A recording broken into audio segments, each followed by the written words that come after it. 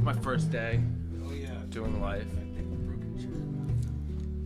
We are live.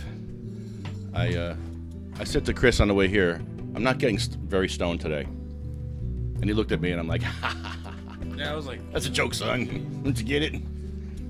I hang out with these guys, forget it. And you too, did you? If you brought your cookies, I'm just gonna lay down on the bed now. No, I didn't bring. Okay. I didn't bring a lot. I almost did. Talk into that mic right there. That's you. I almost brought cookies today. But no, I brought edibles instead, like gummies. Yes. Oh wow. Oh wow. Multi-pack. Oh, you guys are the best. Question: you don't mind holding the mic? Because one of you doesn't have a mic stand. Who's most comfortable not holding a mic? You're kind of far away from the mic, so maybe you might want to hold it, because I kind of need the mic here. Like Prison Mike. You ever see Prison Mike from The Office? Hey, it puts on the thing. I'm Prison Mike. Oh, I can't hear you. Hold on. There you go. Can you hear me now? Oh, yeah. Gotcha. You have another headset? Let me know if that's adjustable or not. Yeah, if you once you hear yourself and you can see how you sound in here, you want to sound like this, and your voice is nice and deep. Or. Oh, you can try mine out. Or. Hello. Yo. Where is it? You probably have to turn your mobile. You good? You guys good? What's that?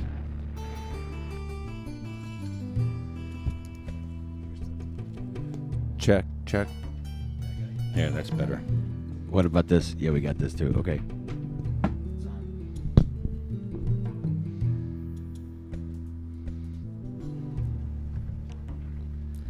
This is the Ignorance is No Excuse podcast. It's Thursday. We're having technical difficulties. Or not. Smoke them if you got them. Roll them if you don't.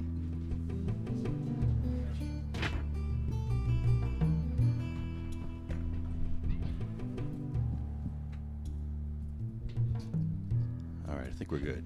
Hi, Seth. Good morning. Yay, it's Thursday. We're live. Okay, now let's see. Is the camera not really catching everybody here? See, I got to do some. This is why I play this long-ass Black Sabbath song, because we got to set this up. So this is not set up. I got to move some cat food. Moving the cat food right now.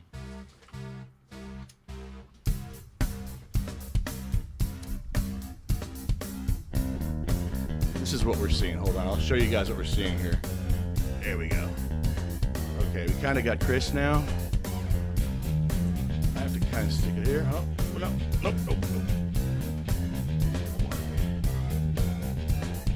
Bring in the boss one. I'm gonna get mine. Go do the crime if you can't do the time. Don't tell me how you're off and down when you're smiling in my face. But you're That's playing better. like a clown and you're fool bitch. So just step back.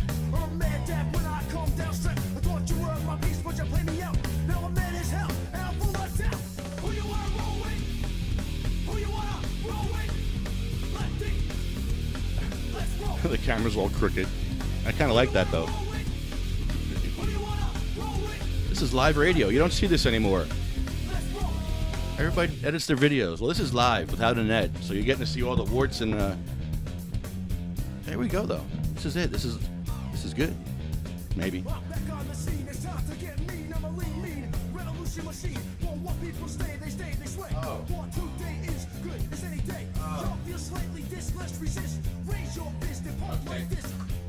Promises all the time. Don't cross the line, but you know it's mine. Who you wanna roll with? Who you wanna roll with? Lefty. Let's roll. I'm trying to get those big colas in the back. Who you wanna roll with? Lefty.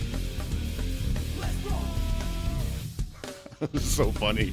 We're moving. We're still moving.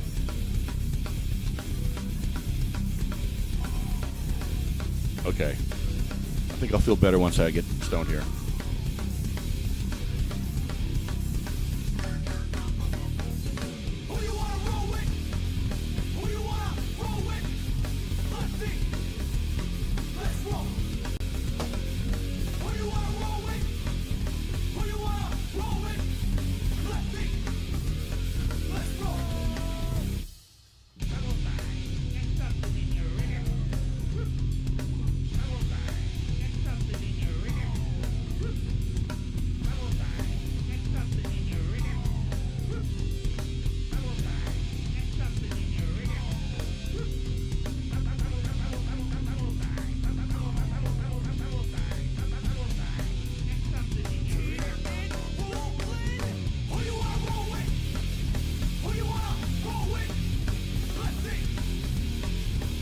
Where's the chat on here? I don't see the chat.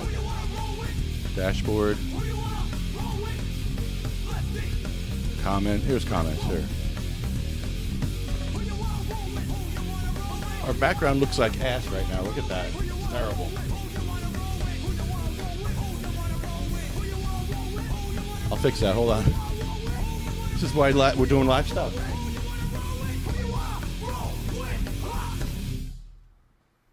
That's better, but I got to work on that. I think it's the lighting in here.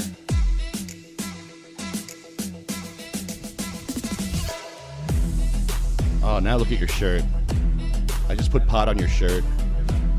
Just put pot on your shirt. Put pot on your shirt. I put pot on your shirt. All right, this camera's going to drive me crazy all day. That's fine. It'll be my burden to carry. I got you. Just remind me when to twist the camera. Good morning, everybody. We're here with Jason, Adam, and Chris. Good morning, guys. PPP. Good morning. Good morning. Happy Thursday. Yo. Can I hear you? Yes, I can. Can you hear me? I can hear Yes, me. I can hear you. Ooh, down. There you go. Oh, now. Hey, now. Hey, now.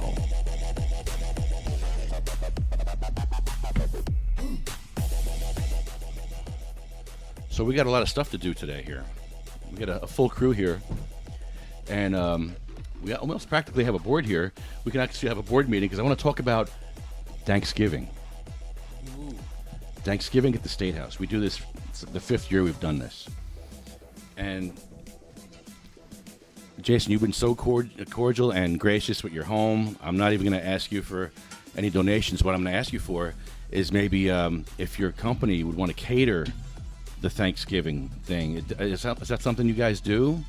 Like maybe the day before or the day of, we can maybe pick some stuff up somewhere and bring it to Trenton. Is that possible? At this point, you're kind of late to the game. They're pretty booked out at this point. Really, already? Wow. Turkeys were pre-ordered in March. Yeah, no, you have to pre-order the turkey before it's born, basically. So they literally like breed a turkey for you when you pre-order turkey. Bro, I'm on stoner time. What do the stoners do? What do all us stoners do for Thanksgiving? You run around from store to store looking for a fucking turkey my last minute. goodness. Is pretty much how it goes. Okay. But we don't need turkey. We can have ShopRite. anything. Could be anything, Yeah. really. Yeah. We want to feed the homeless people. That's what we're trying to do. We want to feed homeless people in Trenton. Give them clothes, give them dry foods, give them canned goods. We're only a month out. I'm not realizing how close we are to Thanksgiving. It comes quick. It's quickly, so we need to start planning our Thanksgiving. So I'm trying to get food together. And I'm not asking for a donation. Bro, you donated so much. Thank you so much. Dude, you are You're very welcome. super awesome, helpful. But yeah, we want to try to get some food and some stuff.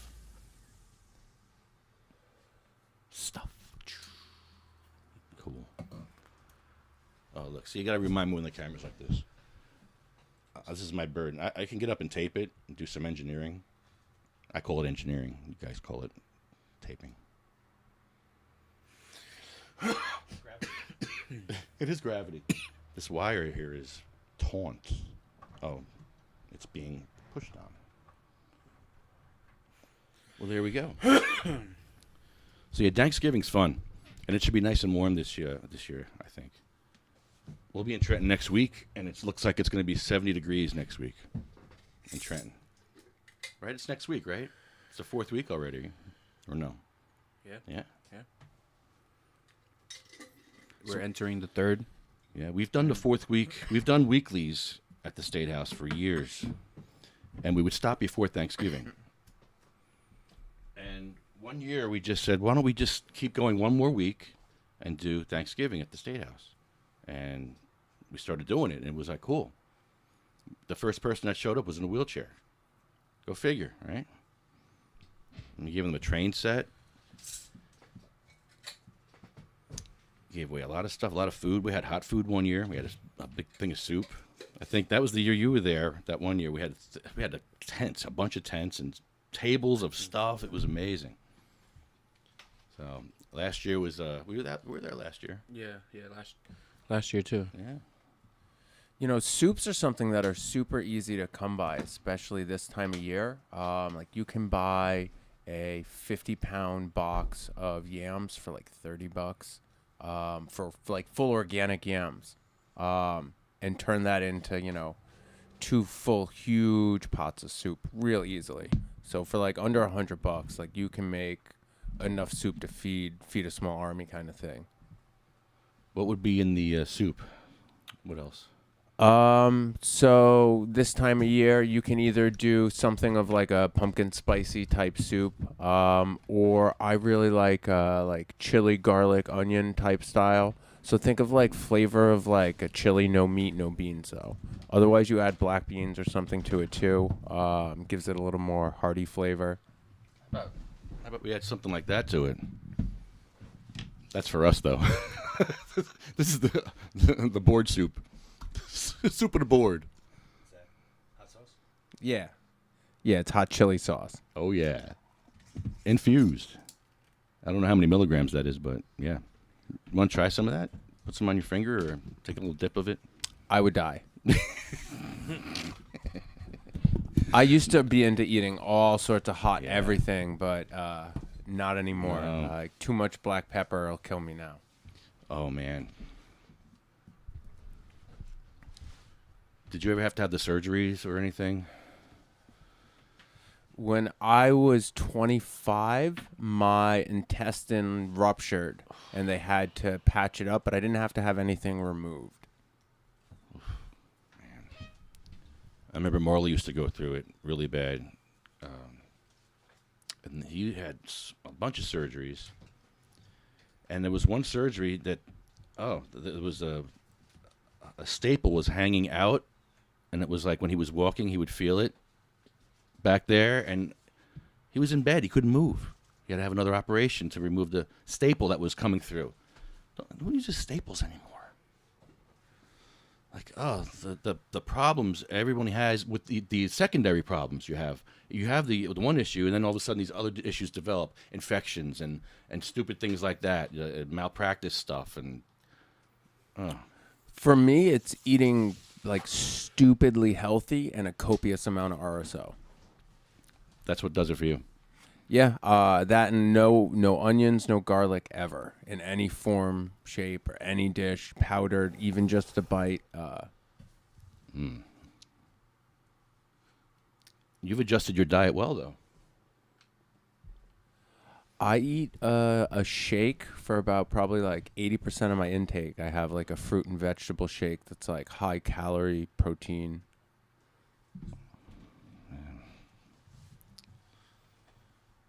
My wife thinks I'm nuts. I've been doing it for like 4 years now, but I enjoy it. It actually makes life kind of easy because I don't have to think about like, what can I not eat right now? You know, I always know that there's accessible shakes.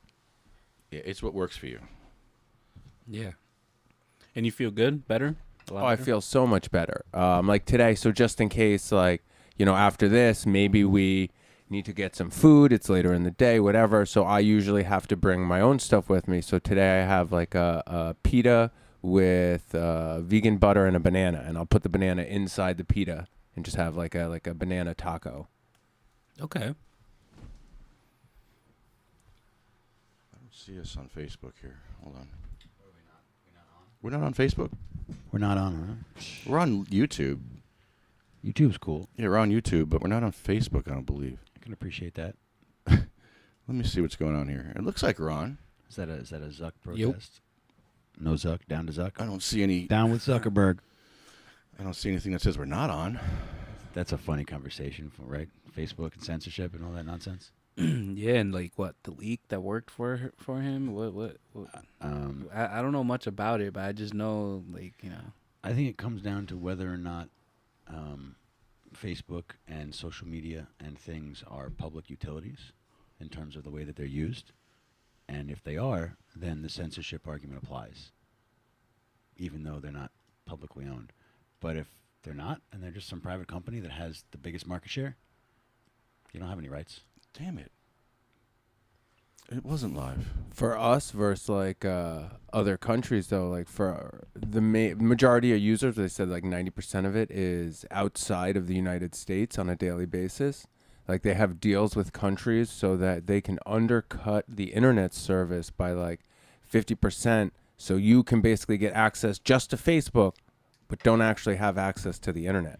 We also did it with WhatsApp because something like 80% of WhatsApp users are outside the country as well, and that's like the only reliable messaging service they use to talk to their family. So for them, it's a public utility. Yeah, that's what I do to communicate with my us. family in South America. Just use WhatsApp. We can call, video call, and Because it's prohibitively expensive to call directly or to use like actual text messages. We used to have to go to the store and get like little cards, and then they like ask you what the pin is or whatever, and you put the pin in, and you have like 30 minutes, and then you got to rush. That's different than using a social media platform. That's a messaging service. I think they're slightly different. So if we're talking about Facebook as a social media platform, that's what I was talking about. Not specifically just a messaging service which people use as instead of a utility such as telephone, because that's technically what it is, right? If you're communicating to people remotely, that's either mail or telephone, because we don't use telegraph anymore. So which one of those is it? You know what I mean? If it's mail, then, is it like mail? No, it's all that is like more like telephone. It's instant. So I think that counts as a public utility. But the social media part of it and the media part of it, not the communication part of it, is what blurs the whole thing. And people aren't complaining that they're having censorship on WhatsApp. You know what I mean? They're complaining they have censorship in terms of the social media platform when you post something and then everyone sees it. So I think that's where the First Amendment thing and applies. It's definitely totally wrong to fuck with people who that's their only means of communication. Yeah, like especially like like I don't like it'll be for like random dumb things or like like I understand like the whole cyberbully thing. I know that's one point of it, but like the other point is like like the pot leaf, the weed leaf, like things like that. You're really censoring things like that, like how, like that's my thing. Like how can you even educate off that? You can't. It sucks that they do that, but I don't think we have any rights in terms of like enforceable rights. It would be great if they laid off and let us post the shit that we want, right? Lefty. But it's a private company, and until you have some kind of damages, you have like that you could take to court. I think that you really all this stuff is theoretical. Right. You know what I mean? Like, if you can prove that Facebook not letting you share something actually damaged or injured you in some way, financially or future income or something like that, but which you then would have to take to court to fight. You have to take that to court. So, in practice, I don't think you have any recourse, and I don't think that you're entitled to any recourse unless it's a public utility. Which kind of sucks. Yeah. Well, it's just I'm Makes trying sense, to be yeah. I'm just trying to be consistent. Like that's not the way that I'd much rather Facebook be less of an asshole, but I don't think that that's consistent in terms of the reasoning. I think that it makes more sense that we really don't have any rights and we should come up with a better. I mean, not like we could actually do that. You think you could fight Facebook and come up with a non-profit alternative? Then the shit wouldn't work. They would buy you up or shoot you. Use radio, use the space lasers on you or something, Laser beams. What do you mean? Zuck could just call up, one of those space billionaires now and be like, "Yo, on your next voyage, beep, boop, boop." Just they have that shit, right? I mean, I don't think that's a political thing. I think we know they have crazy technology we don't know, so we might as well just entertain ourselves with these ideas and just talk about space lasers. I was actually looking into like they have like an operation called Star Wars, where it's like lasers. You guys know about that? It was a while ago. Yeah, it was a long time ago. So imagine now. They discontinued that program. Well, doesn't Israel use that? They have the Iron Dome, but same thing. I think similar, right? Yeah. Well, I mean, you think that they tell us what the actual functioning capacity of that technology is? Like, they probably they could probably shoot stuff down with satellites with lasers. And they just don't talk about that. And they tell us about the Iron Dome, which is a missile system. You know what I mean? Like, the military is way ahead of what we think is possible. Like, people who are in the know, I'm not one of them, probably know about technology that, the military has developed, which hasn't been released to the public yet. Like you just on the internet the other day, you saw that Boston Dynamics little robot dog. Now it's got a gun on it. Yeah. I mean, how long do you think they had that robot dog in development and in use and in practice in the field? Probably in, foreign countries and wars we're fighting. Before they let us know that they had something like that. They don't let the public know unless they have the next thing. They had to invent the dog with the gun and then invent the thing that can kill the dog with the gun and then let us know they got the dog and keep the other thing secret. So when I was working for the government, 2004, 2005, on the plateau that the park was on, Boston Dynamics had part of their base contract with the Navy. And every once in a while when we were going down to do like plot checks and endemic plant checks, you would see the dog kind of running around. I say dog, but that robot running around in the field. They would have set up obstacle courses where like it could jump 3-4 feet on top of boxes and then jump up like a series of them, get up to the top of buildings and stuff. And this is 2005. So, I mean, if it basically could do that then, sky's the limit now. Yeah, you can't trust them. Way more stuff is real than we know. That's just the basis of, basic skeptical view of reality, right? More is out there than you know. And it's crazy because even then we have a crazy advancement in the past, 100 years, right? And then now you look at it and it's like, wow, it's so much more. Well, it's exponential. Like every time we get a little bit more advancement, the next one is that much more quicker, and it just builds and builds and builds. Yeah. And the other thing about what they came out with, other dimensions and shit, you guys heard about that? Hey, hold on, hey Lefty, you couldn't hear me without the mic. Maybe we should dab this hash rosin that I copped for myself. Because it's, top shelf. But I'd like for us to dab it. And I'm willing to dab it because it's sativa. It's a Star Dog Guava. Open that up and put your nose in that. Please. I smoke weed about it. Yeah, no, this is for everybody. I a little while ago, I got myself a little bit of good stuff. That's 7 grams right there. Can't believe you put fucking a quarter into that little jar. Oh, hold on. It's really Wait good. a minute. You can almost smell this at home. Hold on. I can't remember the name of the guy who produced it in Colorado, but it is. Show him the top. That's the guy's logo from Colorado. I can't remember. It is fucking amazing. That shit, hash rosin. What a luxury product that is. Making bubble hash and then pressing it into rosin. This is the golden age right now in weed. So making rosin with a hairdresser, is that the equivalent of back in the day heating up your hash on a knife? You need a heavy person to stand on that. I guess. A very heavy person, like 400 pounds. Yeah, the hair straightener didn't really produce real rosin, right? It was just a taste. It wasn't much. You couldn't get too much out of it. The heavier the person, I got a hit out of it. The heavier the person, the more rosin you got. Put it that way. You need such pressure to get something out of there. But I made bubble hash one time, a couple times. It was pretty cool. What? I got this bubble hash at Harvest Fest. Oh yeah, so I went to New York State Harvest Fest a few days ago, last weekend. It was cool.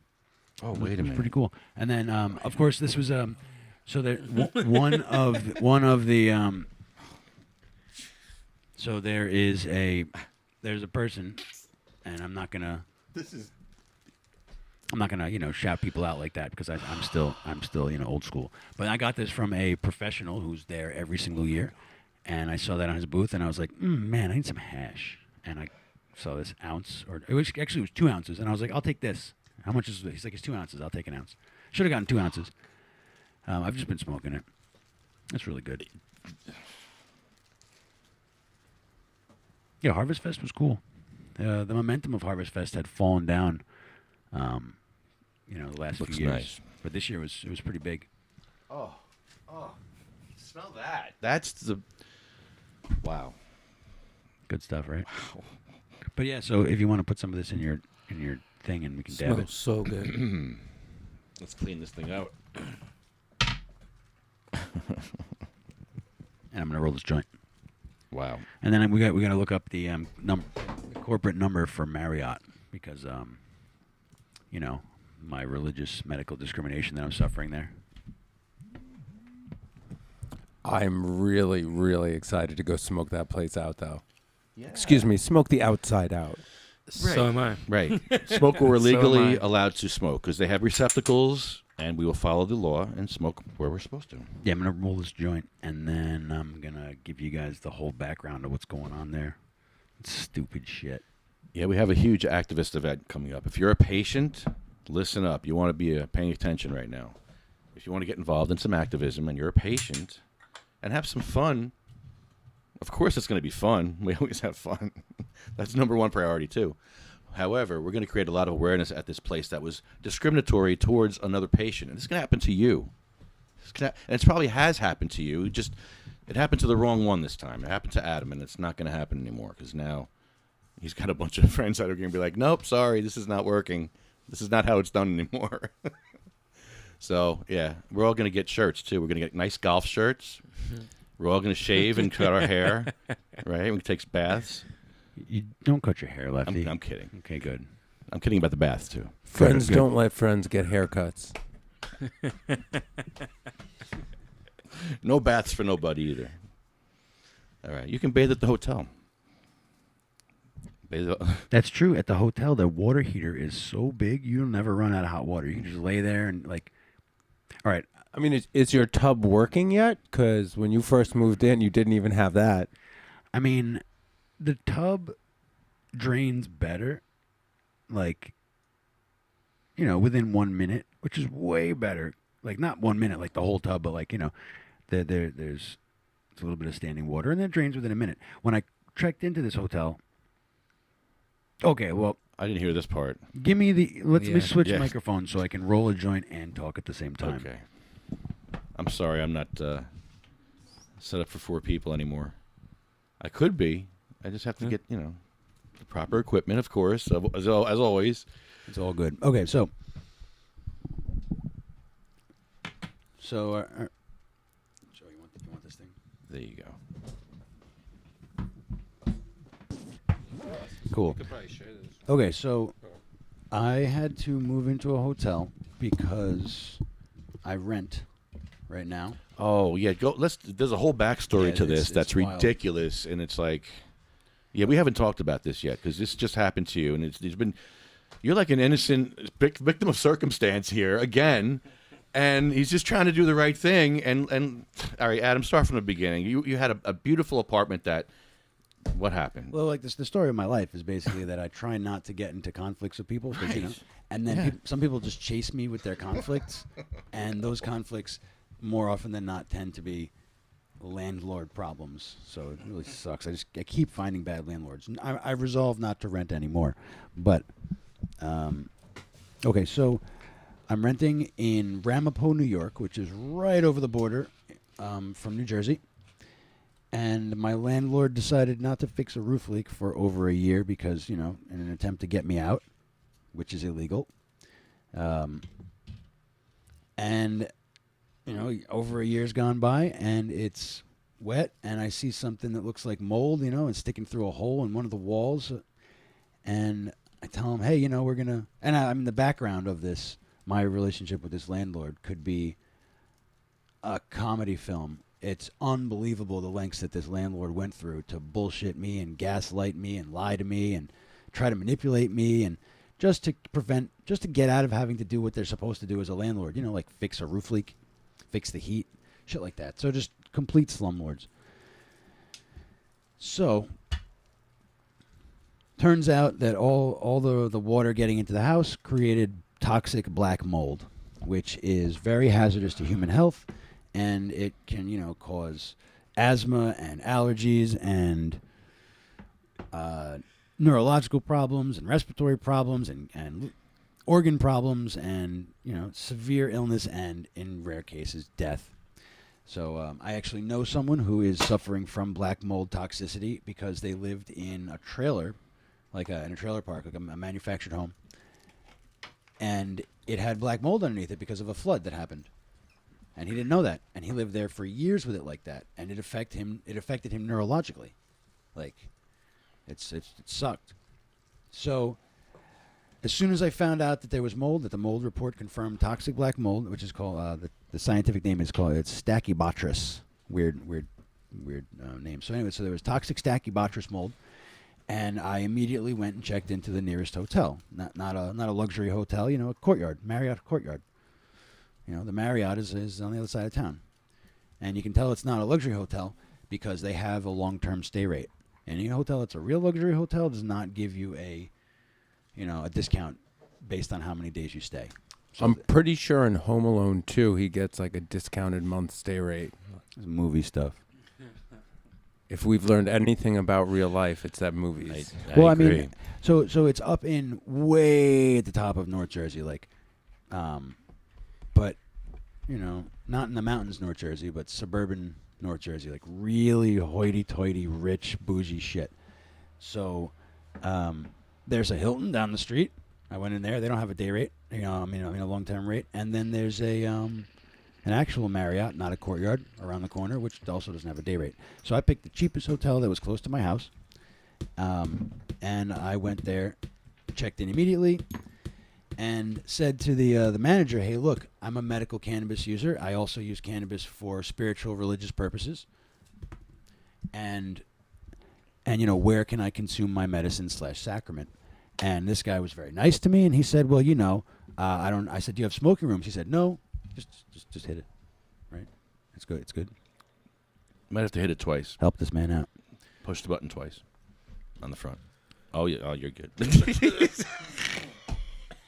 It works. Pause the story. It works.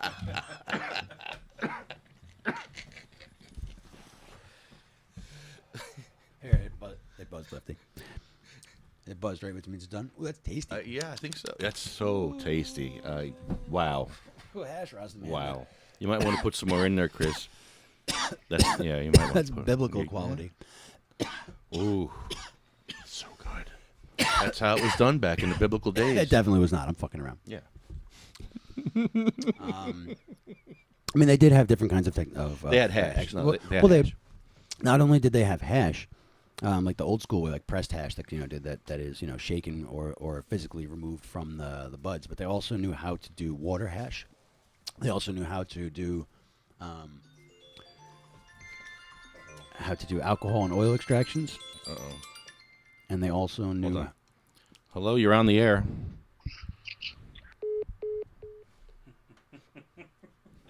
What was that for your car warranty? Womp womp. I didn't set the phones up. That was a reminder to set the phones up. Oh.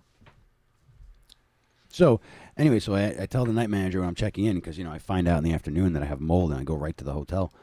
And I was like, "Look, where can I consume my cannabis?" And I said, "Can you give me a room with a balcony?" He said, "Sure." I said, "Can I consume my cannabis on the balcony?" He said, "I'm not sure." I said, "Okay. Well, what should I do?" He said, "I'll give you a room near a door so that you're right near the door so you can go outside and smoke." And I said, "Great, that's better than nothing. We'll hope for the best, right? I won't smoke on the balcony. I won't smoke in the room. I'll smoke on the, anyway, I'm not trying to smoke in the room. That's the whole point of asking the guy." So I check in. A couple days later, I get a phone call in the middle of the day from the hotel telling me that they're charging me money for smoking in the room. I didn't smoke in the room. I didn't know what the fuck they were talking about. And I was pissed off. They're like, "Yeah, we're charging you $250 smoking cleaning fee for smoking in the room." And I got angry, and I went back to the hotel and tried to talk to them. It's almost as if you shouldn't even told them anything. You know what I'm saying? Well, well, of course, but I'm not like I'm an adult now. You weren't looking. You weren't like I'm an looking adult now. I'm just like, "Yo, hey buddy, where can I smoke my weed?" It's totally legal, because this is New Jersey, and it's 100% legal to possess cannabis and to smoke cannabis. So I can possess my cannabis in his hotel, right? That's a no-brainer, right? It's not illegal to have. Just like I can have my my prescription medicine in his hotel, or alcohol that I bought at the store in his hotel, or tobacco that I bought in the store in his hotel. So, anyway, so when they told me that I smoked weed in the hotel, I was like, "What the fuck are you talking about? You know, stupid corporate bullshit. What are you just trying to steal my money? Like, what the hell are you talking about?" They're like, "Well, there's an odor of smoke," and I was like, "No, there's not. What do you mean? Like, how could there be an odor of smoke? I didn't smoke." I was like, "Did the fire alarm go off?" They're like, "No." I was like, "Okay, well, what happened?" They're like, "Well, there's a strong odor in the hallway, and we went into the room, and it smelled like smoke." And I was like, "No, how could it have smelled like smoke? Like, maybe you were smelling my my laundry. You know, I hadn't done my laundry in a few days because I had a hotel. Maybe it was the smokiness of like a hoodie that I wore 2 days in a row while I smoked in my car. Maybe I was like, look, maybe that's what's going on. You're smelling like smoke on my clothes." And she said, No, that's not it. It's way stronger than that." I was like, "Well, I don't understand. Like, I didn't smoke." She's like, "Well, I smell smoke. You know, we charged you money." And I got into an argument with them. And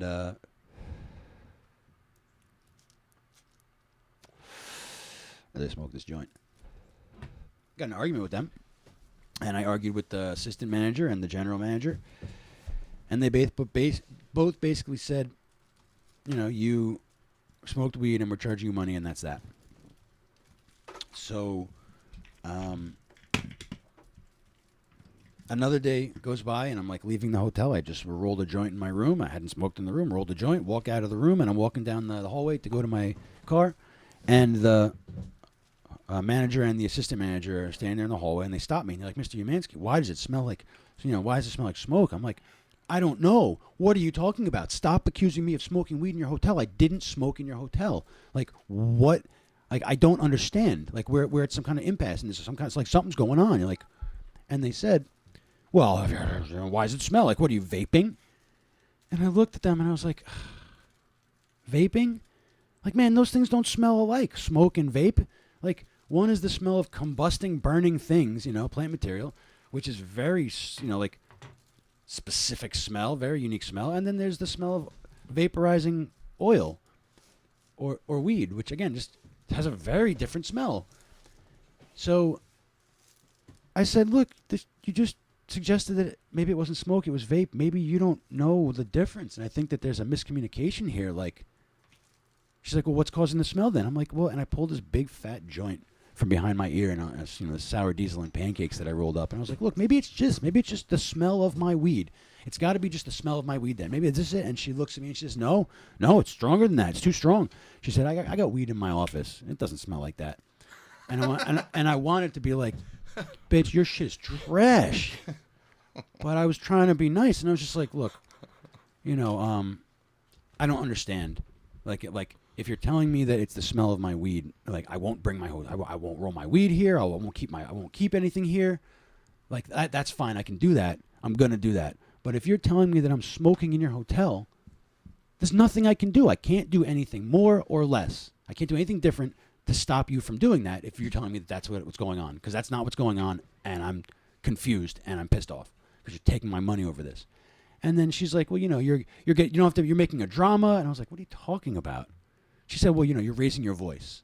She did one of those, like, "Oh, you're raising your voice, sir." Oh. It's like, of course that I'm old raising, gag. Yeah, of course I'm raising my voice because you're stealing $250 from me over some lie, So I said, "Look." Oh, she said one more thing. She said, "You're making this political." I was like, "What the hell are you talking about?" Like, that didn't make any sense. Like, she was basically just saying anything. You're making this about freedom. It's not. Yeah, she kind of did that. She's like, "You're making this political." I was like, "What do you mean?" She's like, I was like, what do you think I'm having a weed protest? A one-man weed protest in your Marriott in Montvale, New Jersey. No one's heard of Montvale, New Jersey. She's about to find out what a real protest is. Well, don't skip ahead in the story.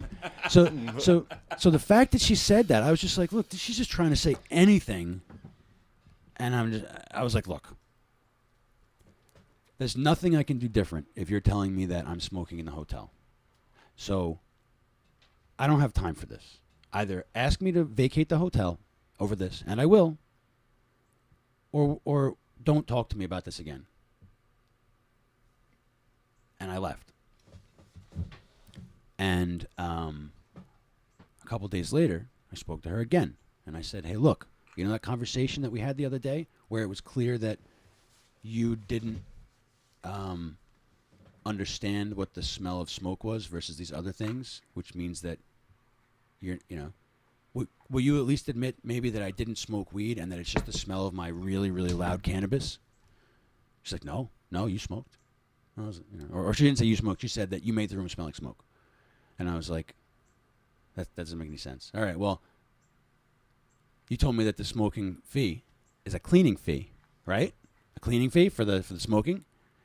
Well, how long does smoke linger for then? She looked at me like, huh? I was like, no, well, if you're going to clean my room at some point, when do you have to clean my room? How long does smoke linger for? And the implication was, you can't charge me again if the smoke lingers for X amount of time. Then obviously if you smell it more than once within that time, that's the same smell, right? So I'm trying to use this logic on her. And she looks at me and she says, oh no, that's not a cleaning fee. That's a odor fee. I was like, what, like a nuisance penalty fee? And she's like, yeah. I was like, oh, okay. Please direct me to where in your corporate policy that is. And she couldn't. And I told her that if she charges me money again for smelling like cannabis, that I'll sue her for religious discrimination. And that's how we left it. And I called my credit card company to dispute the charges. I wish I had used an Amex, right? Then I wouldn't have had to ask anything. Just fuck them. I wouldn't pay them. But I didn't, so I just used a regular-ass credit card. So I'm on the hook for that $250 until they... unless I win my dispute with the credit card company. So... fuck this hotel for their discrimination and treating me like I don't care and I don't matter, like it doesn't matter, like it's never mind the religious stuff, like that's true, but that's more of a, you wouldn't expect the average person to know that, but not for nothing, every single person's heard of medical cannabis. Every single person knows it's legal now. Like, I mean, she had weed in her... Yeah, she had weed. I mean, when I said that to the assistant manager, and I was like, "Hey, look, remember that part when the manager said she had weed and it didn't smell like that?" And for comparison, and how I said that was a bad comparison. And then the assistant manager said, "Nah, I don't remember her saying that." I was like, "I'm sure you don't." Yes, thank you very much. That's why I got to film everything. I mean, 30 apiece. Oh, thank you. But yeah, like. Well, I mean, I don't. That's not the life I want to live. I don't want to have to film every interaction I have with these people. Like, there's not that much at stake for my $250 at the end of the day. If I'm not going to take them to court to sue them over $250, you know what I mean? Like, even if I could prove it, fuck, why would I waste the time and money for $250? At the end of the day, the lawyer would cost more than that. The lawyer would cost 10 times that. So, and then civil rights. Things, those go into county court, state court, federal court. Like, those are not quick and cheap things to do. So you better only do that if you have a slam dunk case so you can recover your money. Or make the point that you need to make. And that's what brings us to the idea at hand, the protest to occur at this hotel. So I was discriminated against, but there's not much I can do. However, what I can do is I can help us organize, what did you call it, Lefty? A pajama party? Pajama party. So this hotel, anyone who's listening, you should look up Montvale, New Jersey, which is at the very top of the Garden State Parkway, like exit 171, 172, something like that.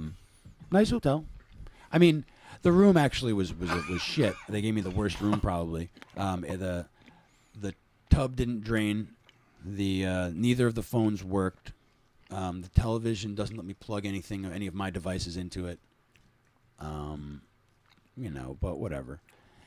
It's got a really nice restaurant attached to it. I think you need to go over to the area. So Montvale, right around super richy areas. Not only that, all these like multinational corporations have headquarters there. Mercedes, BMW, I know Wegmans actually has an office over there as well. Mercedes is building a multi-million-dollar new campus right across the street.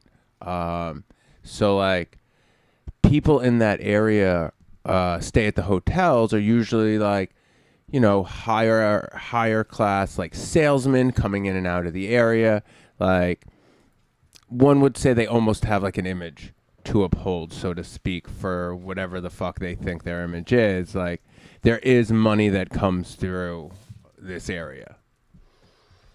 Yeah, so I'm probably the only person walking through the lobby every day, other than like, you know, the couple people who are. I'm probably the only person walking through the lobby at any given time that's not wearing a collared shirt. Adam, Seth wants to know, where does the manager smoke her weed? Yeah, right. I think that she said that to me in a moment of impulsive weakness and will never repeat it. Although I have met one of the employees who started working the day that I checked in. I started talking to her. She smokes weed. I'm going to try to smoke weed with her. Working on it. I mean, at some point, I really want to offer this manager better weed. You know, like, hey, look, your shit's trash. Yeah. You know, like, would you like to have weed that makes the hotel smell like that without even burning it? It's how it's supposed to smell. You know, so like, but you know, she was like older. You know, like boomer generation. Like, well, maybe not boomer, but like older. So the older generation doesn't know where to get the real fire. The older generation is totally fine with what we would think of as mids. That's what they grew up with. In fact, they grew up with swag. Yeah. So like seeds. Mids to them, they'd be happy forever. So the fact that they're probably not even thinking about something that like the shit that. I mean, that guaranteed she's never seen a bag of hash like this. Guaranteed she's never seen hash rosin. Guaranteed she's never seen a Puffco Peak. You know, guaranteed she's never seen. She's guaranteed she doesn't know what the fuck shatter is. She's never been to Happy Monkey. You know, guaranteed. You know, like anyway. I haven't seen my Puffco Peak in a while. It's just so she's out of touch and she doesn't know it, and that ended up penalizing me. Can I try this again? I don't know Please. if I got a good enough taste the first time. I would like a first taste if you want to. Oh, I wouldn't mind a first taste. No, I got ass taste before. That's the right way. I should clean it out, right? Always clean it. Always. All right. Yeah, you should clean it right after you hit it. Actually, after it's done. Yeah. Okay. Well, I didn't have it last, so You should heat it up. Burn somebody there. Me. Rewind the tape. No, I'm kidding. I'm just messing with you. Probably. I would never think to Probably me. clean someone's rig, especially this thing. Look at it. Silicone for a reason. So yeah, so she didn't know what she was talking about, and it's definitely a rich area. So like, I'll bet you I stuck out just the way that I looked. You know, wearing like a t-shirt and a hoodie and jeans in the middle of the day. And you smoke weed? Well, I mean, like I smell like weed, but like I'm pretty convinced that the smell that bothered them was not the smell of me having smoked weed. It was having the open jar of the loudest piff in the room. You were just too dank for Marriott. Yeah, I definitely was. See, that's the funny part. So what I said to her, look, there's definitely. Did it buzz yet? I think so. I believe it's good. I'm too dank for Marriott. Too dank for Marriott. Ooh, here. Oh wait, you were supposed to get that. Oh, you want to go that way? I already Ooh, got a that's first hit, tasty. you guys. Oh, thank you. Yeah. Oh, that's beautiful tasting. Isn't that tastes nice? beautiful. Wow. Okay, so What strain is that? I'm sorry to interrupt you. What strain is that again? Stardog Guava. Oh. Wow. Okay, so one of the things that I said to the assistant manager, you know, in the conversation where she flip-flopped her story, when she flipped up her story to say that it wasn't a smoking cleaning fee, it was a nuisance penalty fee. I had said to her, look, if you had just said to me, Mr. Umansky, there's a strong marijuana odor coming from your room, and it is now in the hallway. If you can't do something about that immediately, we're going to have to ask you to leave the hotel. I would have been like, oh, man, I'm sorry. I'm so embarrassed. I would have been like, wow, my shit's so fire. I would have been like, okay, I'm sorry. I know exactly what's causing it. It's this jar of pancakes and this jar of sour diesel that are not exactly closed, and the fact that I've been rolling joints in your room every morning. So if they had just said, look, there's a smell, can you fix it? I would have been like, yes, sorry. But they came at me and said, we took your money because you smoked weed. And I'm just like, oh, man, fuck you. Now we're going to, and I've had a hostile relationship with them ever since. So So the plan is, well, they discriminated against me. Will they discriminate against a bunch of patients who look like me, or who certainly don't look like they are corporate, employees of local businesses? I say we get a bunch of medical patients, just, like us, regular ass people, not some rich people in their Brooks Brothers suits and ties. I did just rent a tux. That's cool. You didn't buy one though, did you? The fuck do I need a tux for? Fuck do you need a yacht for? Good point. So, talking about these rich fucks.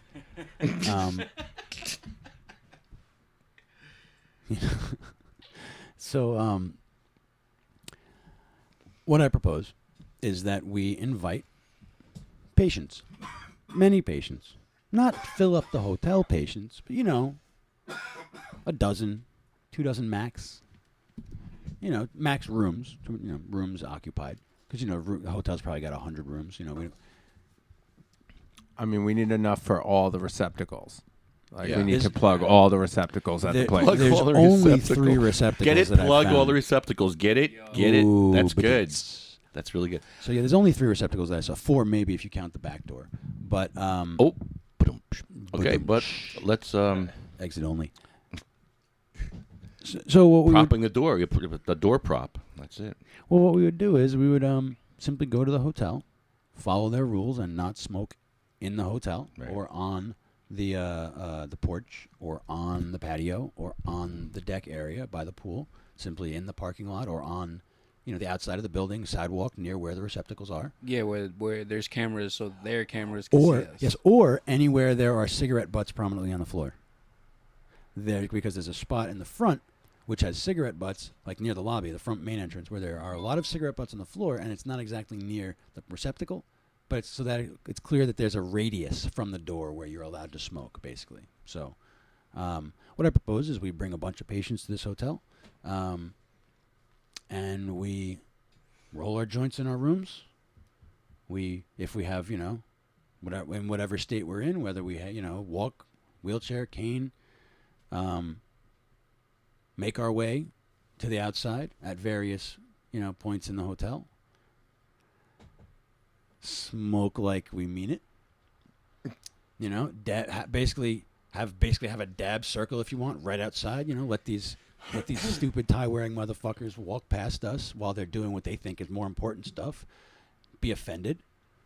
If they're offended because, the hotel told me that they got complaints about me. Honestly, we all know that's kind of bullshit. Most of these people probably do smoke as well. It's just they're here for sales calls and they don't know where the fuck to get weed in Bergen County. So it's not really an issue for them. At this point, who's really complaining? The hotel told me. The hotel blamed other clients and said, well, we can't be the hotel that is the weed smelling hotel. We got Pass lots the of, buck. Yeah, we got lots of complaints. Although the I feel like if you're in their industry, you probably have a vape. Well, think about it like They this. probably just vape. I doubt they've ever had someone come into the hotel smelling like me before. Right. They probably never have, because it's just such a corner of suburbia community right near all these corporate parks. No one's staying there for fun. No one's going to the fucking Marriott there for fun. That Marriott is it's just there to anchor the expensive restaurant. Until now. Yeah, until now. So we'll put all these patients there, let them, smell like patients, let them roll weed in their rooms. Jacuzzi? No, Yeah. no jacuzzi. No pool? No, the pool's closed right now. Pool's closed. They do have an exercise room. The restaurant really is fire, though. Yeah, no, the restaurant is fire. It's Adam. Adam was saying this the other night. He said that most people would go there oh man, we go there to celebrate something special, like a birthday. We're going to Fire and Oak for the birthday. Where it's the kind of restaurant where rich people just go there on a Tuesday. It's super classy kind of fancy food. So I think what we should do is On Tuesday. I think we should scope it out, or I should pay more attention to scope it out to see when the most, when they'll be the most inconvenient. We'll smoke Basically, one right before going in. I think the time when Oh, they're, yeah. I think the time. Well, never mind the restaurant. I've chiefed before I've gone to that restaurant. And you go in there, and the most expensive dishes are $40 a plate. You know what I mean? And then you tip on top of that. So like they weren't going to kick me out. They but that's not the hotel. That business just wants you in and out and wants your money. We've gone there quite a bit actually, and smoked it out. Like that's poor Jeff's like main place to go drink right now. They have a really good bar. I almost want to start drinking scotch. It's it's unbelievable. Team Water. Yeah, Team Water, but I have a soft spot in my heart for scotch. Oh my God. So single malt. So we go there and we offend them and we assert our rights. Fuck them. We pay our money, we check in. I'll take everyone out to dinner. That's going to be the catch. Well, like people pay for their own hotel. They'll get their Sativa Cross swag or something like that. We haven't figured it out yet. You know, we'll pay for dinner. I'll pay for dinner. Fuck it. You know, like Pajama t-shirts. Yeah, pajama. And as long as we don't, everyone will sign a contract waiver release that they are not smoking. They're not going to smoke in the hotel, and that and that Sativa Cross is not liable for them. Violating hotel policy. Right. Because, so on my bill, they printed out, so a third item. First, it was a smoke cleaning fee. Then it was a odor nuisance fee. And on my bill, it says clean environment fee. Well, is that their final answer? Is that what they're sticking with? Clean environment? Okay. You're toxic. Never mind, I'm toxic. How is the smell of weed not clean? Yeah. So if they're not going to assert that I smoked, if they're going to back off on that detail. I mean, they're calling your religion dirty. Is that what happened? Well, I mean, they're basically, from the religious discrimination perspective, they're telling me that I'm not allowed to smell like my religion. It'll cost me money. It'll cost me money to smell like my religion in their hotel, which is blatantly illegal. But like I said, I'm not suing them over $250. However, if we happen to get discriminated against en masse, if they look at all of the patients who are there, and they look at all the people in their wheelchairs and their canes and their people who clearly need medicine, which they are prescribed by recommended by their doctor, so it's 100% legal. What are they going to fine you money? They're going to fine 20 people money? Or they kick people out of their hotel for smelling like their lawful medicine? That sounds like a class action lawsuit. I would jump on that as well with my discrimination, which is on paper. Can we roll up in the lobby too? Like just have a big circle in the lobby. Well, what I was we were all talking about that earlier too. That why not? Do it in plain sight. Yeah, it's not illegal. You can we can educate them at the same time.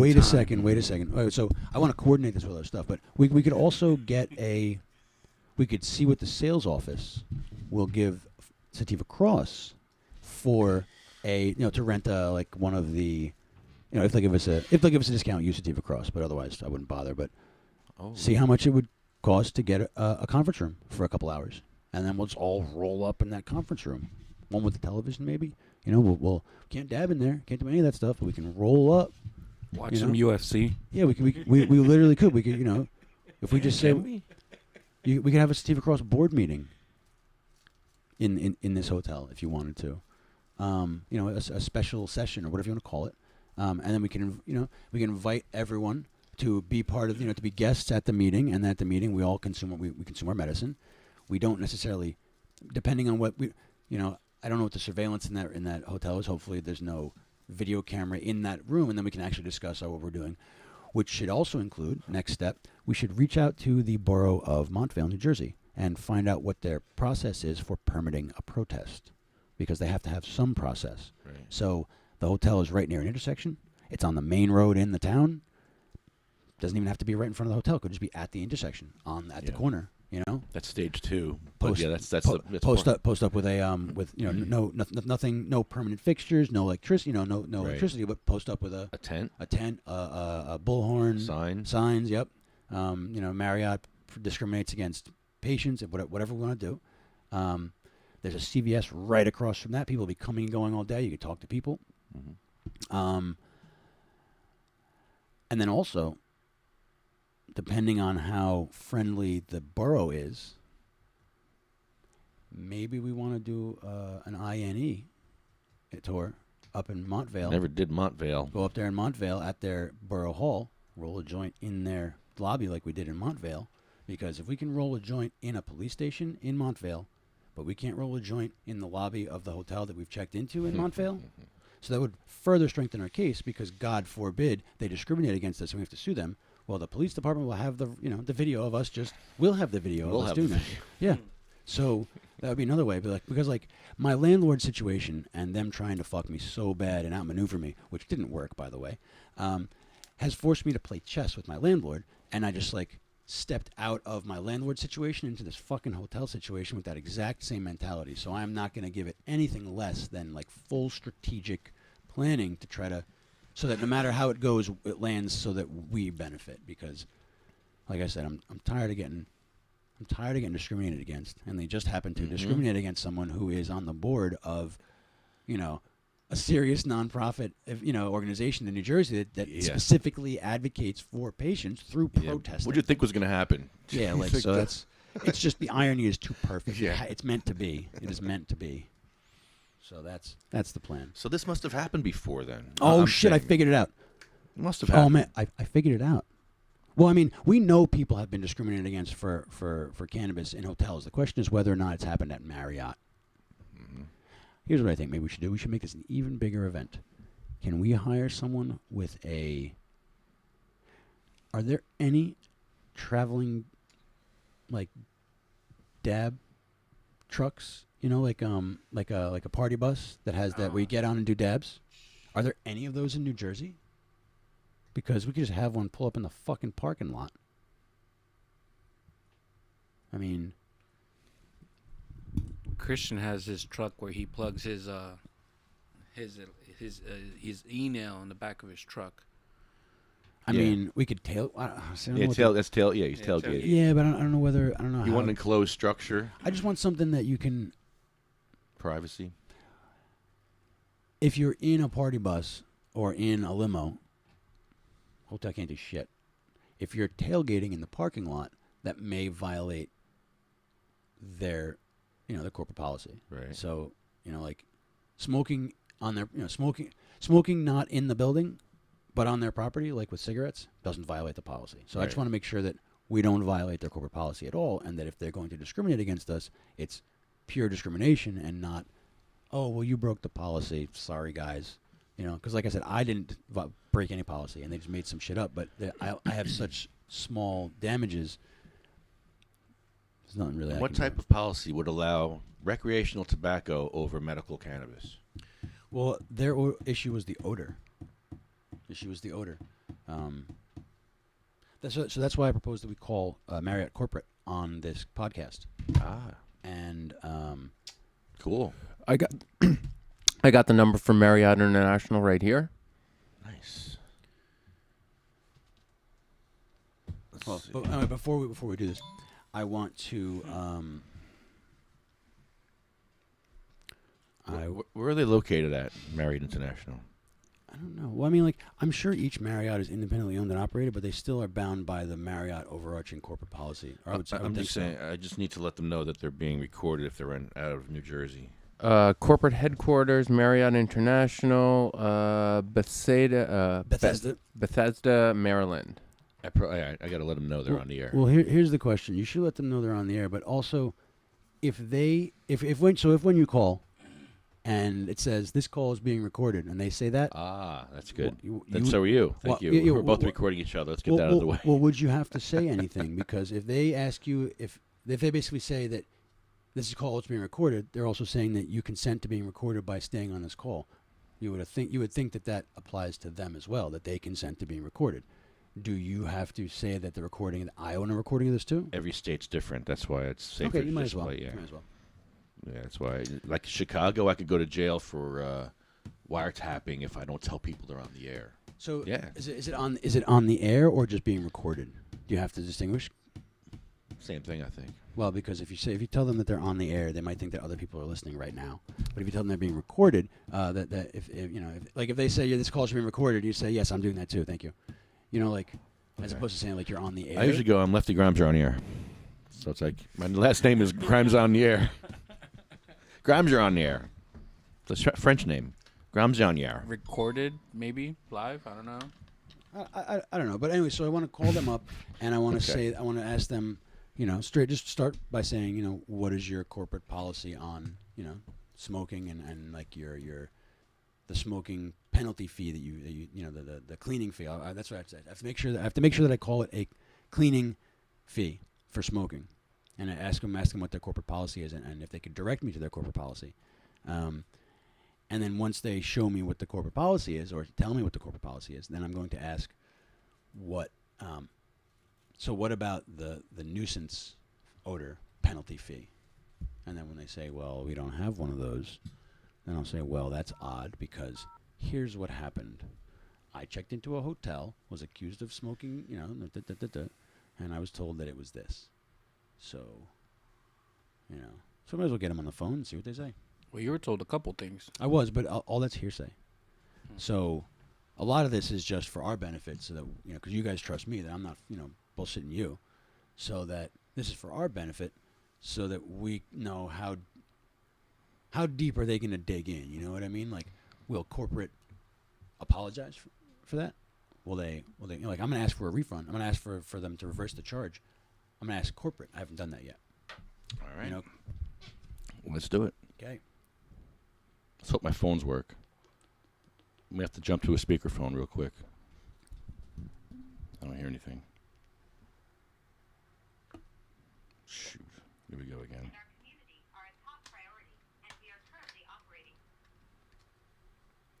It's not working.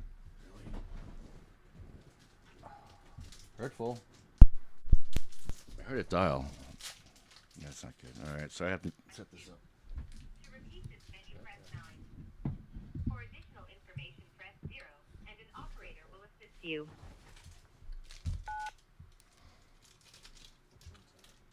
Thank you for calling Marriott International Corporate Headquarters.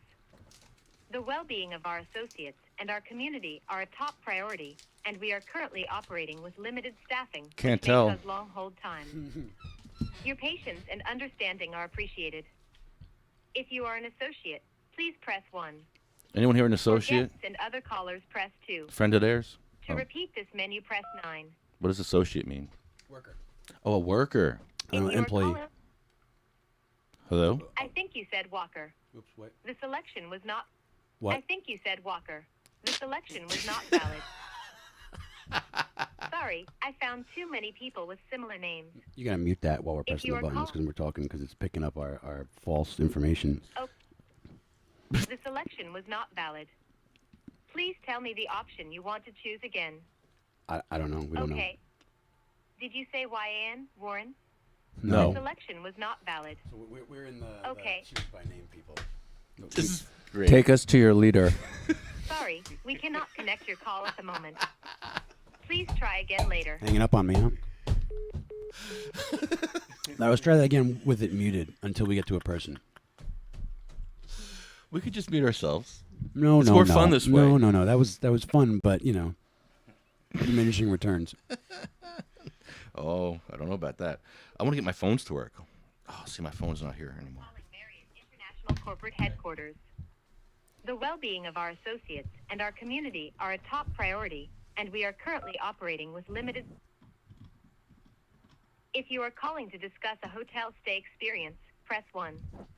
If you are a vendor inquiring about it, please wait while your call is being transferred. Take me off. Take me unmute me. Is you muted? I was muted before, wasn't I? For calling Marriott. This call may be recorded. Please see our privacy statement at Marriott.com for more information. Marriott also offers additional options to help you with your travel experience. Visit us online at Marriott.com or through the Marriott Bonvoy mobile app.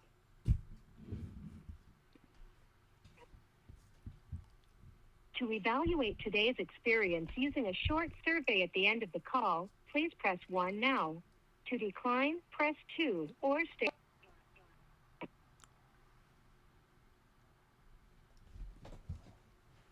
Try to get the phones to work. All right, let's see if we got something. Your estimated wait time is longer than 10 minutes. Please hold for the next available associate. We should have called in the morning. What kind of music do we have here? It sounds like Bach, Anything good? Mozart. I don't know. I can't. Can we sing to it?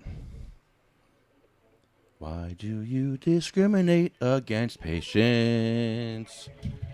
Very hurtful, not helpful. You really, really, really stink. No, Adam, you really, really stink too because you're a patient. I don't know Bach too well. I'm just winging it. The here. squeegee people are coming. It might be Mozart. The squeegee people are coming to protest. Oh, the squeegee people? That'd be the best. Have someone standing outside. So protesting you. So ideally, we just have a few days, 2 nights maybe, I don't know. And everyone gets to wake and bake outside. Please hold for the next available And associate. then go in and get breakfast if you want. It's not the cheapest thing, but there's a good deli right around the corner. But The restaurant's not open for breakfast. there's a bistro open for breakfast. They'll make you eggs and shit like that. I think it's only open until like 8:30 or 9, or 9 to 9:30, something like that. So latecomers, no breakfast. So there's no like continental muffins in the morning, nothing like that? No. Really? Don't worry, I got you guys.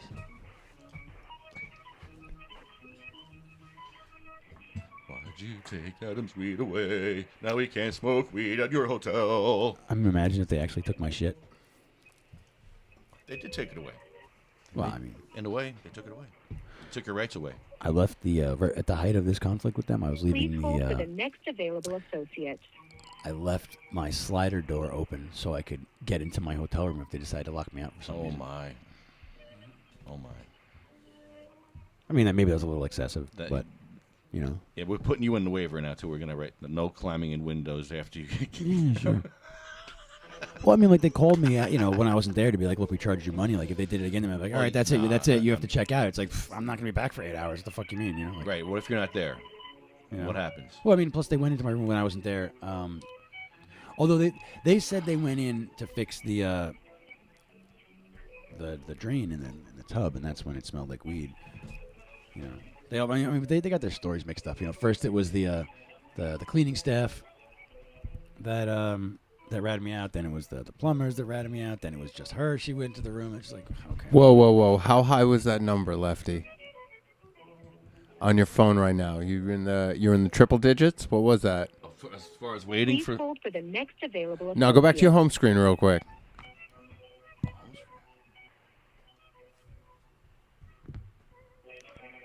$340 missed calls? What is that? I don't know. I don't clean my phone out. You should see my voicemails. Why, how many voicemails does it allow you to have? At least 349. That's awful. Thank God my phone only lets me have like 10 voicemails and then it's full. I like what my wife does. She just never set up her voicemail, and then people will talk to her in person and be like, look, I tried to call you, and I couldn't leave a voicemail. I didn't know what to do. And she's like, yeah, funny about that. I don't do voicemails. Yeah, I do the same thing. I don't never set them up. I never set them up. And I used to have one that said, I never check this. Send me a text message. And people would just leave me a message at that. It's just like, yo, what part of I never checked this do you not understand? Please hold for the next. It's working. Yes. Sorry. It's working though. It is working. I hear it. I hope they can hear us. So. I hope they can hear us. That's the only thing. Oh, well, we'll find out after 10 minutes. Let me get this set in case it's not. Good idea. Get ready to fix it quickly. Okay. All right, we're good. All right, technology's working for us. Thank you, God. All right, you got it. You got this. Got this. Well, I mean, the reason why I'm calling from your podcast and not from my hotel room is because neither of the phones in the hotel room worked. Literally, neither one worked. Hurtful, not helpful. They both, like when you picked up, you didn't hear anything. The buttons made no noises. There was no dial tone, nothing. That's not good if you had an emergency or sick. I mean, it was fucking weird. Well, I mean, it's got a relatively new LCD or LED. I don't know, fuck they had televisions. It's like regular ass televisions. And it's an LG, so it's not a Vizio, and it doesn't recognize the HDMI from my computer that I plug into the back of it. It didn't recognize my my Fire Stick. The computer made the noise, dunk dunk, made the noise, but the input on the TV wouldn't recognize that I had plugged anything in. Like, what kind of shitty hotel is that? That's what I'm recognizing. So, I also know someone who knows the former owners of Fire and Oak, the restaurant, the really expensive restaurant that's in that hotel. The previous owners of Fire and Oak apparently had such a problem with how the Marriott did business that they sold it and focused on other restaurants. Because I was telling one of my friends who lives in not Montvale, but the next town over, Upper Saddle River, another really fucking rich town. They banned medical cannabis there, I think. Upper Saddle River, probably. Next available associate. Just saying. Not letting that one go. Upper Saddle River is, like, Montvale is rich, but there's lots of corporate parks in Montvale. Like, there's lots of... Upper Saddle River is, like, the part of Montvale without any corporate parks. It's just neighborhoods. That shit is rich. Saddle River, that shit's rich. Woodcliff Lake. Woodcliff Lake banded. Franklin Lakes, these are rich They all fucking banded towns, up dude. there. Rich fucking towns. So Must be nice. Well, I mean, like, rich. Like, these people... So I know someone who lives in Franklin Lakes who, is older, semi-retired. House on one of the lakes. It's called Franklin Lakes because the backyards have lakes. So, like, this person has a house on a lake. And they're going away on for vacation, to wherever their other, vacation home is on a beach for 3 months at a time. Like, how rich you have to be to have a huge fucking mansion in, suburban New Jersey. Please hold for And then the also next just go spend available 3 months at a associate. time at your beach house. That's rich. So, like, yeah. Who's got the lighter? So, like, after this call, we have some ramps to bless out in the front. Did you see them as you came in? yes, I did. We're going to bless the ramps, and we're going to probably... we have some other things to do. We have actually business to do. So I don't know if we'll have time to give those ramps away, but maybe tomorrow.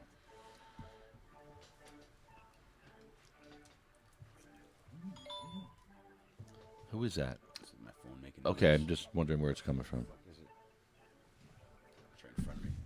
You're good.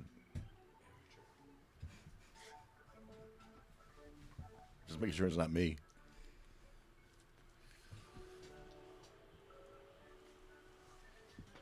So I remember when you said that you weren't going to get too high on this podcast. So I definitely hold did for the not next available roll a hash joint associate. just now. That sativa really got me up right now, so I'm kind of like... Well, don't worry. This is also sativa hash. So you're going to be good. Just keep going. Which hash is sativa? Like William Shatner. That's not sativa hash. This hash is not sativa hash. It's not? No, one with the hash rosin we smoked. Yes. No, what you're Yes. about to smoke is not sativa This hash. Oh, is okay. We're going to bring you on a roller coaster of ups and downs Okay. right now. We're This coming is- down like William Shatner This now. is ice cream cake crossed with Mac 1. Okay. So not exactly a sativa. That's hybrid. It's I lovely, mean, lovely. it's a hybrid Yo, so of indica dominant hybrid. Did you watch William Shatner's thing? Yes. I mean, I watched like the last 3 minutes of it, like him coming down and then, about to speak. And then Jeff Bezos being like, nah, give me that fucking champagne. I want that shit right now, like in the middle of his speech. Really? Please hold for the next Yeah, no, he associate. like, so he didn't necessarily like take over the microphone, but walked up to the front of the stage and said, give me some champagne. No, I want it right now, like over William Shatner speaking, to the point where William, turned at him and was like, oh, okay. Just kind of took over his, oldest man in space speech. Oh, man. That's funny. Well, I mean, he is the richest man in space. Yeah, no, if anyone has fuck you money, it's him. It's oldest versus richest. Richest will win every time. Even if you're oldest and richest, like Rockefeller. Yeah, but one thing William Shatner has is that Jeff Bezos will never have. It's hair. Ooh. I mean, it might be shots fired. I mean, it might be a hairpiece for Shatner. I'm not sure, but at least It's wonderful. Yeah, but at least It's like Burt Reynolds style. It's that level. Burt Reynolds had high-level hairpiece. nothing against hairpieces or Shatner. I actually have no idea, but I just don't want to just assume that he's, next available associate. Either way, he's got it. The hair on the sides is real. Yeah, I'm not sure if I would let it go or shave it if I went bald. I'd probably just shave it. Yeah, you keep. I would shave it. As you lose hair, you go shorter and shorter and shorter. Yeah, just. And then if you're completely full bald in the center, You can just start painting your face and do Road Warriors Hawk and Animal with it. Yeah. Just saying, there's more options than just the two. Yes. So I've been watching. I watched Dark Side of the Ring. Like when I was younger, I used to love watching wrestling. My grandfather watched wrestling, and I was super into it up until probably about 96 or so, 97. Okay. And it made me want to rewatch some of the big events that I remember as a kid. So I have access to them. And the last 2 weeks or so, I've been watching all the Royal Rumbles and WrestleManias from 1992 to 1997. And I can't believe I was so into this at 10 years old, 11 years old. It's still good sometimes. I've been peeking in on it once in a while. I'm like, okay, just seeing what's going on. Because I see it on the streams all the time. I can't, I stopped watching it before, I guess, John Cena was a big thing for them. But I found out my wife, in Germany, there is only a few stations when she was a kid.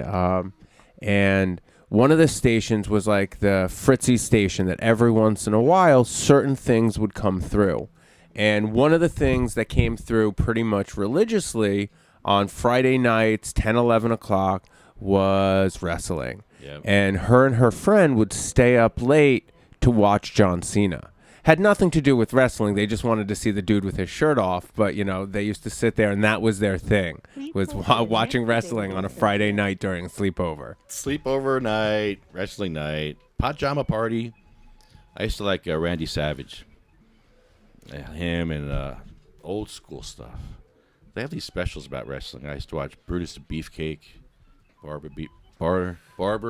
Brutus the Barber Beefcake, is that his name? Brutus the Barber. So that's where 1992, 1993, that's when Hulk Hogan and Macho Man started to become a thing, and that's when Brutus the Barber Beefcake was still a thing. 94, 93, the end of 93, 94 is when it switches over. Hogan gets beat by Yokozuna, and then that switches into the Bret Hart, Shawn Michaels, Big Daddy Cool, Diesel era. Okay. My favorite wrestler of all time was Iron Mike Sharp. I don't know why. He's my favorite. Don't ask me why. I've never heard that name before. He's a Canadian wrestler. And he wrestled with the Iron Sheik and Sergeant Slaughter and all the old school guys. Maybe Ric Flair. Ric Flair's the best. Woo! Come on, man. Ric Flair was cool, but his gimmick was cocaine. He was on cocaine. And I think he sold it too. Is Ric Flair still alive? Yes. Yeah. Want to call him? Let's call him after this. I would love to. Is Ric Flair on Cameo? Yeah, let's see if he's at the Marriott. Good morning. Thank you for calling Marriott Bonvoy Elite Service. This is Daryl. It's a pleasure speaking with you today. Hello, can you hear me? Hello, is anybody there? I'm sorry, can you hear me? Can you hear me? Yes, can you hear me? I can now. How can I help you today? Yes. Hi, this is Lefty Grimes. You're on the air. Sir? Yeah, you're on the air. We have a question for your corporate office about something that happened to a patient here. Hold on. Hi, my name is Adam Umansky, and I'm currently staying at the Courtyard. He said he could hear us, right? Yes. Oh, he didn't want to be recorded. No, they just didn't want to be on the air. I don't know. Be on the air. He didn't say that. Oh, whatever. He hung up. So. All right. Well, we'll test the phones again because the phones kind of failed on us too a little bit there. Are you sure? I wouldn't be surprised if he hung up. I would hang up on you. Yeah. It's a smart move. It really is the move to make. Yeah, I'm not surprised. Because then they'll send us the voicemail. Thank you for calling Marriott International Corporate Headquarters. So we'll give it one more try, The and then otherwise I'll do it on my own. associates and our community are a top priority, and we are currently operating with limited staffing. What do we which hit may before, cause 2? long hold times. Yes. 2 Your patience and understanding are appreciated. 555. If you are calling to discuss a hotel stay experience, Yes. press 1. That's one. If you are a vendor inquiring about, So please wait while your call is being transferred. what we should do is this time we'll just say, is this call being recorded? For calling Marriott, And they'll say yes. this call may be recorded. Please see our privacy statement at Marriott.com for more information. Anyway, so Marriott also offers additional options to help you with your travel experience. Recorded, right? Visit It may us be online recorded. Well, at we'll just say, like, hey, look, this is being Marriott.com Talking to recorded, that. right? or through the Oh yeah, we'll be like, hey, Marriott this is being Bonvoy recorded, mobile right? app. And they'll probably say, yep. And then you say, may I record this as well? Your estimated wait time is longer than 10 minutes. You know, and Please if hold you for ask the them, like, next may I record available this call too? associate. You know, they say no. And you're like, well, why not? You're recording it. That's what I would say. Yeah, Well, let's have a conversation now, at least, about the recording. Don't hang up on us. Don't cancel us. Let's talk about this. You're recording me, and I'd like to record you as well. So what I think happened is basically he thought that a radio show was calling him, and he hung up. That's what I thought happened. Well, that's it. That is what happened. So like I said before. Wait, no, but that is. Yeah. Like I said before, so I want to avoid triggering that response in them. I don't want them to think that they're on the air, so I want them to just So then if you just I got to let them know because they're in a different state. So what I'll If it was anywhere but Jersey, I'd be like whatever. But well, yeah. so what I'll do is let me when they pick up, let me talk, and I'll just be like, hi, You start. Yeah, you go. And I'll ask, I'll be like, is this being recorded? You do. May I record this as well? And if they say no or hang up, well then You should put the phone closer to him. that's true. Yeah, put the phone closer to me. Please hold for the next available associate. But I need to be in arm's reach to hit that one button. There you go. In case it screws up. That should be fine. All right, because right now we're going through the system. It's probably going to screw up again because it did not. They couldn't hear us. So I would say as soon as they pick up, just go right to speakerphone instead of trying to. Yeah, that's what I would suggest. All right, let's do that now then. Okay.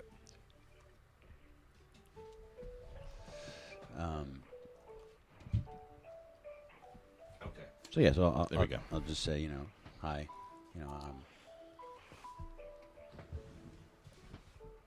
I'll just ask them. I'll just be like, hey, do you consent? May I record this as well?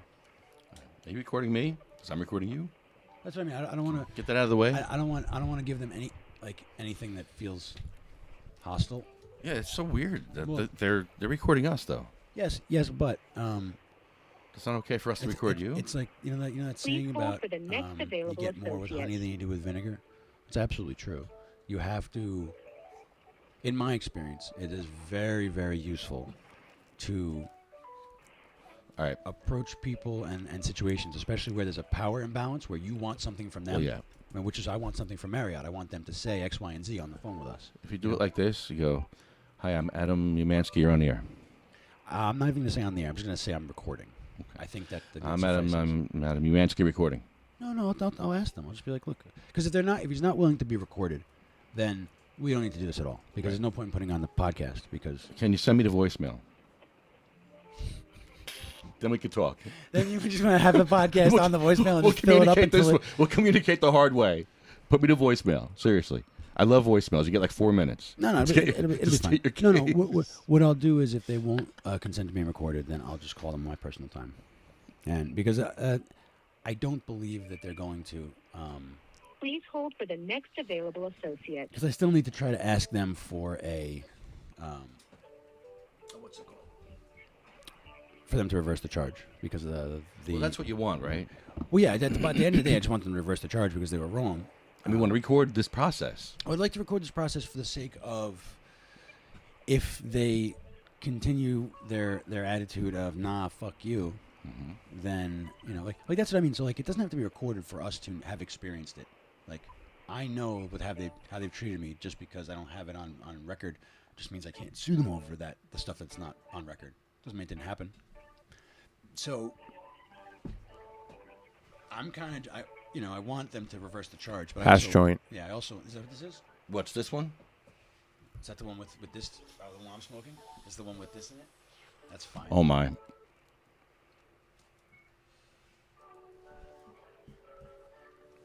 It's good hash.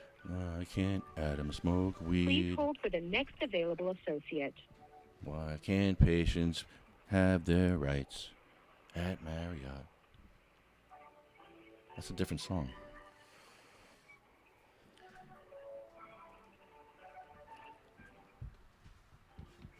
I mean, I wonder what their corporate policy is on playing guitar.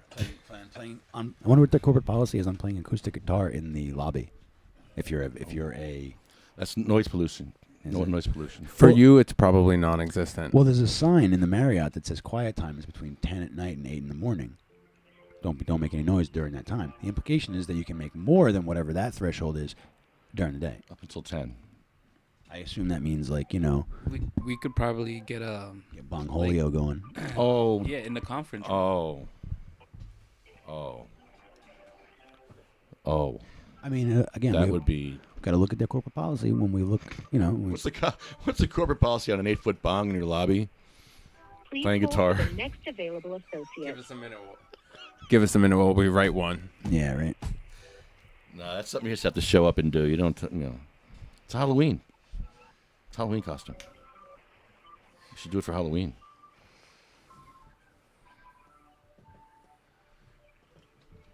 I mean, we also don't have to rush this. Like, they're going to be assholes whether we do this to them this month or in 6 months. And considering that we want people to show up, we want it to be nice outside for people to go outside and smoke. So the springtime is a better time for this. Because otherwise, we have to figure it out really fast. And What if we just park all our cars next to each other and just pass it down car to car? I mean, we could do that, but I don't think that.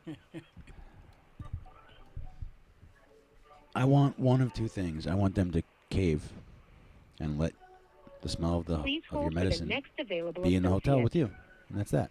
Or I want them to violate your rights, our rights, in a way that allows us, to actually do something to right that injustice. I want to make people aware. I want to do the protest. I want everyone driving by on their way to work or on the way to pick up their kids from the Catholic school, whatever the fuck it is. I want them to be able to see this big ass sign that this company, this shit's being protested in their town. I want people to realize what's going on. Maybe we get a medical cannabis doctor to write recommendations at the protest. Someone who wants to sit there and write, see if they can get new patients in this. Definitely people in this area smoke weed. I mean, again, I don't know how open they'll be to something so informal and low class as a protest. Please But hold for the next available associate. Even though legally you'll probably be able to hold about 6 ounces in that room legally in the recreational market, right? Yeah. Well, I mean, so what if as an old person you had to use some cream for medical purposes that didn't have a pleasant odor? You could smell it outside the room. What would they charge this old person money? Tell them they're a nuisance? Of course they fucking wouldn't do that. They would just fucking spray air freshener in the hallway. You know what I mean?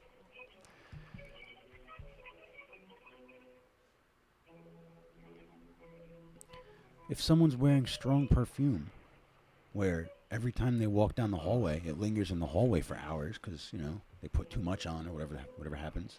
It's the worst. You're not getting fined for that at a hotel. That's not even medical. That's just you smell bad. Like. What are you Please covering hold up? for the next available associate. Hey, but either way, it doesn't matter what they're covering up. Like a strong odor is a strong odor. That causes like a headache. It makes me sick. Right? A strong odor is a strong odor. Like, in fact, Marriott in New Orleans actually was the victim. Well, not the victim. Was sued in a class action lawsuit by a bunch of people who were sickened by toxic fumes. You can look that up. I don't know if that's relevant. What's going on with me? Tobacco bothers me.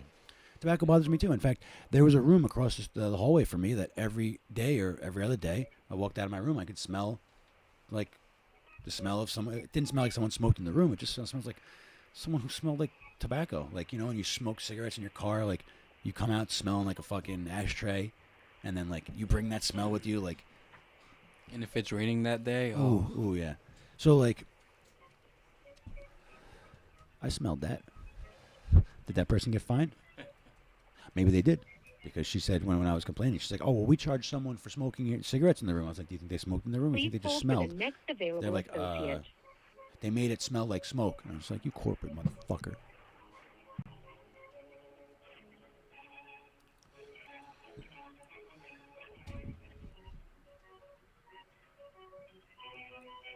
And the night manager is this dude who has no friends. You can tell. Not that there's anything wrong with people like that, but he's so desperate to be friends with me. The way that, like, "Oh, hey, Adam, how's it going, man?" Oh, how's, just. It's like, yo, like, how the fuck are you? Like, no way I believe that you are that excited about this job. Hey, Lefty. Is your dabber tip touching some kind of electrical wire? What do you mean? This thing right here that... No. Yes. Oh, okay. Whew. I was looking at it. I was like, is that touching the wire? It's off. That's good. It's not even on. That's It's good. off. Thank you. We're a bunch of stoners. But you never know. Yeah. Oh, yeah. No, I figured it had cooled if it was hot at any point. I Please just wanted hold to, for the next available associate. bring it to your attention. Is this the hat? Yes. Yes, it is. Slow burner. It's a... No more hash for me. I still have banking to do. Begging? Banking. Banking. Oh. I think you said begging. No more begging. Begging. Banking. We do have Here banking. we go with the squeegees. I'm saying, the squeegee people are here. We're the beggars. Beggars are here now. We're going to take over your hotel for a day.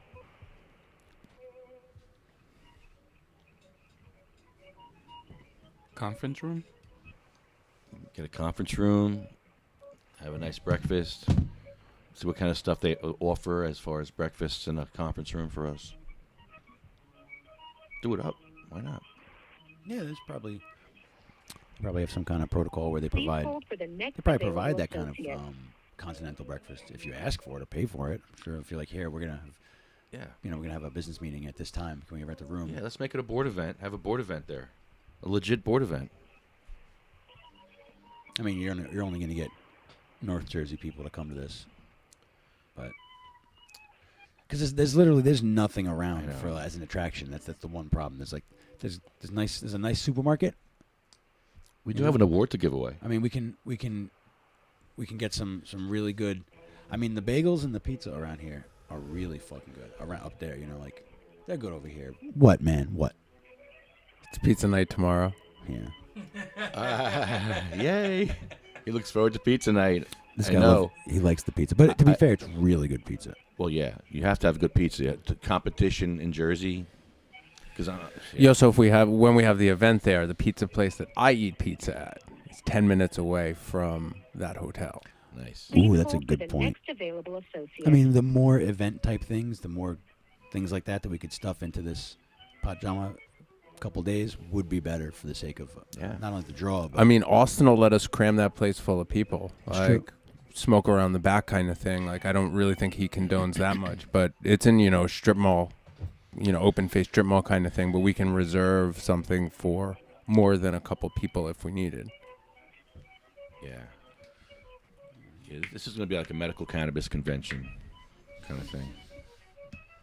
I like this. Yeah, we were actually looking for like a conference room, right? So Yeah, now we Yeah, have but it's one. a little out of the way. Marriott Bonvoy, this is Chris Reservations. Whom has pleasure speaking with today? Hi, can you hear me? Hello? Yeah. Oh, hi. Hi, my name is Adam. Hi. My name is Adam Umansky.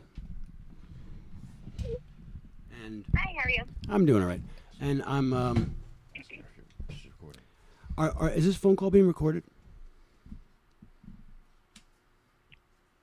I'm sorry? Are you guys recording this phone call? Are you recording the phone call? Can you hear me? Yeah, usually they are. Okay, cool. Yeah. Okay, cool. Do you mind if I record the phone call as well?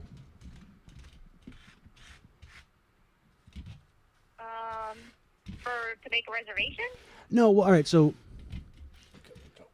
my issue is that I'm staying at the Marriott Courtyard in Montvale, New Jersey right now, and I'm having a problem with this hotel. And I tried to sort it out with the manager, the assistant manager, the general manager of that hotel, and I was unable to resolve it. So I'm calling you guys to try to resolve this. And you're recording it. And I'm recording because, like I said, I've had such a problem with what's going on at this hotel that it's forced me to call corporate. You know what I mean? So, Okay, I'm not at corporate. well, This is reservations. Okay. Well, then, I mean, I hit the button that said that I could, if I wanted to say something about my stay. So I hit that button and I waited on hold for over 10 minutes. So that's not where you are. Twice actually. I got disconnected the first time. Yeah, no, I'm not at corporate. So what we do, I can help you if you have a complaint about your stay, but usually after you've checked out, you have a complaint, we open up a case and send it over to the hotel. Well, and then they get back to you in 3 to 5 business days. I understand. But if you're still there, Yeah.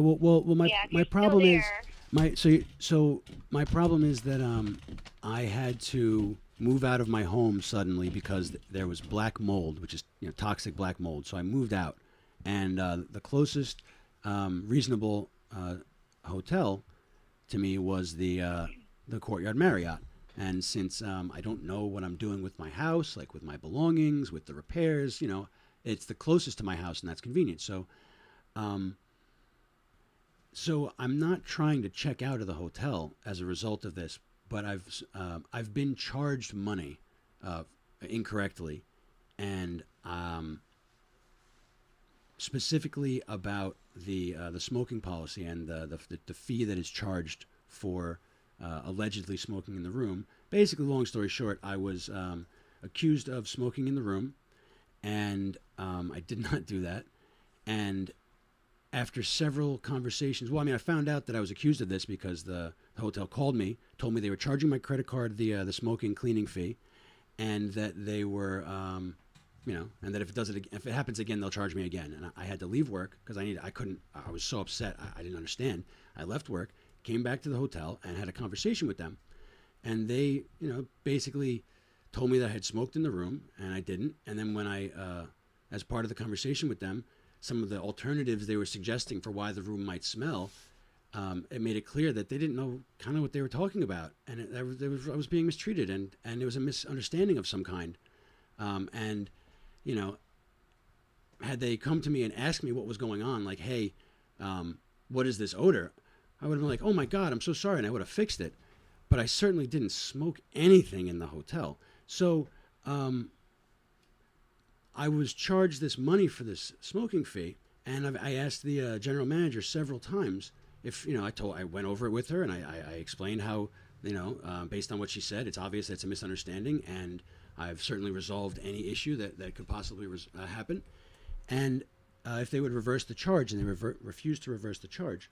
So now I'm calling you to talk to you guys about it and see if you will reverse the charge, because I was lied to directly to my face by your manager in an attempt to cover up for the fact that her original story had holes in it, and when I used this, logic on her to be like, look, this is the reason why I believe that you're having a misunderstanding here. she backed off and changed her story. You know, at first it was a smoking cleaning fee because smoke lingers, and you have to spend money to clean the room. And then after that, when I asked specific questions about, okay, how long does smoke linger for? You know, how long does smoke linger for? Just things are about that nature. And she suggested that, oh no, it's not a smoke cleaning fee. It's a nuisance odor penalty fee. And I said, oh, well, that's not what you said. Right. Can you please direct me to your corporate policy that says, you know, nuisance odor penalty fee as opposed to the smoke fee? Because the smoking in the room cleaning fee is very easy to find on the corporate website. Very easy to find. I found nothing about an odor nuisance penalty. So when I asked her, please show me that, she said, call corporate. So I feel like I have been mistreated and fraudulently charged money, you know, over a misunderstanding, which certainly would have been completely resolved if instead of just making their assumptions and charging me money, they had called me and asked me a question. And if they had said, what's going on? I would have been like, oh my God, I'm so embarrassed. And then, I would have made whatever changes were necessary so that they didn't have to charge me money. But instead of that, they made an assumption, charged me money, and then told me that they weren't going to reverse it. And they weren't open to any real discussion about how reasonable their position was. So, I'm really upset and I'm really bummed because I would definitely check out. I would definitely check out because of the way I've been treated, if not for the fact that the other hotels in the area are very expensive, and the other hotels other than those are much further away from where I live. So this is the hotel where I'm at while I'm resolving my my black mold problem. I don't think it'll take more than a month or two, and I didn't want to have to vacate the hotel over this just to have a complaint lodged with the hotel I'm staying at. I figured they could resolve this while I'm staying there because I'm not disputing, the fact that they charged me money for the room or the pet fee. They charged me a pet fee, which I didn't dispute because it occurred because I spent, I took my cat, had to get my cat out of the room. So and he spent the night with me, and then I, found a place for him. But I did bring him into the hotel, and they charged me a pet fee, and I didn't dispute that because it happened, So, when I was, like I said, charged $250 for something I didn't do, and the hotel's telling me I have no recourse, so that's what happened, and that's why I'm calling. And, literally the manager told me to call you about this problem, because as far as she was concerned, I smoked in the room, and she wasn't reversing any charge, and she wasn't open to any discussion. And she also refused. Which hotel was this for? This is for the Courtyard Marriott in Montvale, New Jersey. Montvale, Montvale, New Jersey.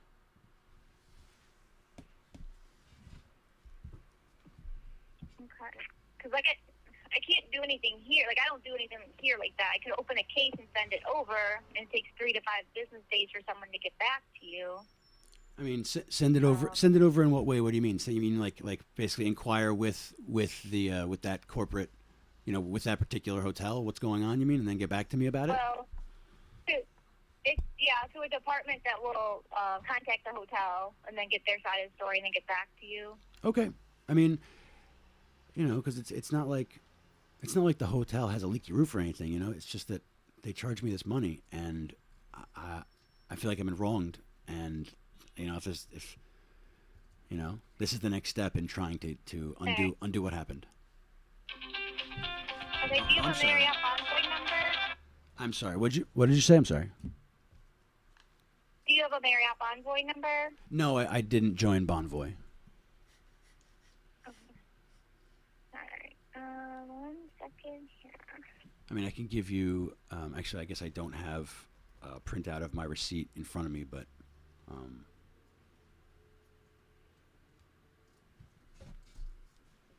What day did you check in? The 4th, I think. Okay, 4th of October? I'm sorry, yes, the 4th of this month. I'm pretty sure it was the 4th. The evening of the 4th. And you're still there now? Yes, they gave me a long-term stay rate because, like I said, the mold in my house. So, Okay, 1 second here.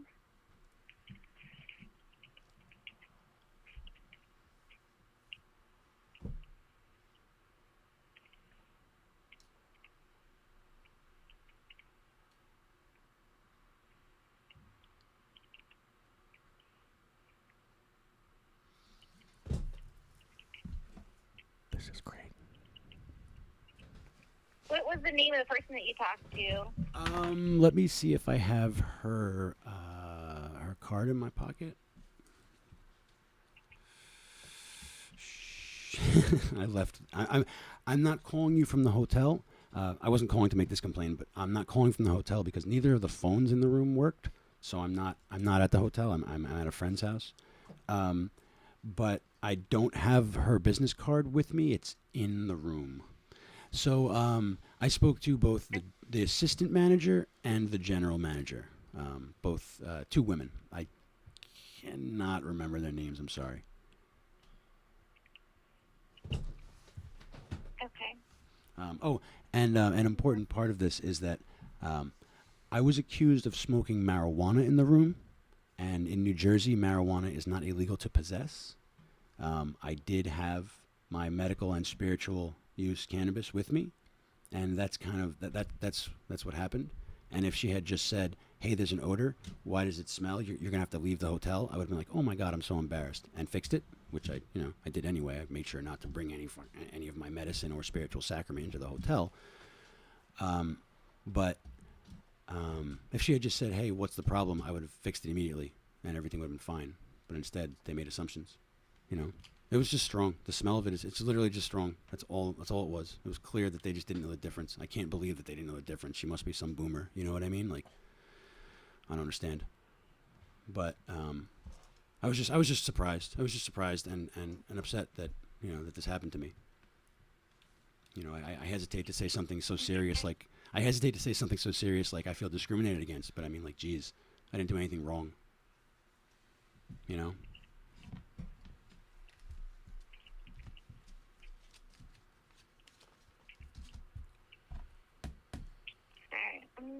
Second.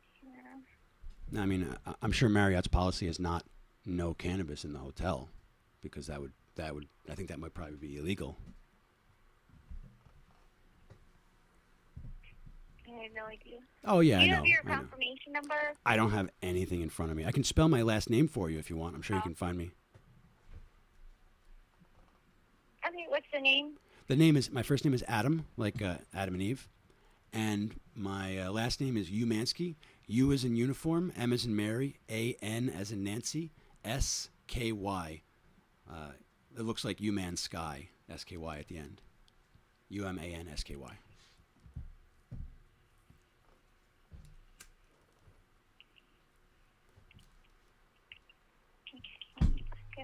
Yeah, and I guess the bottom line is I just want them to reverse the charge, and then everything's fine, Misunderstanding.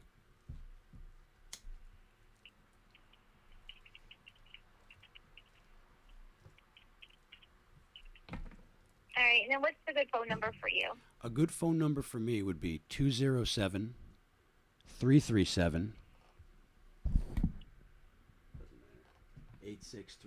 Oh. Okay. Whatever. Business number. So that's a fine number to reach me in. All right, what's your email address?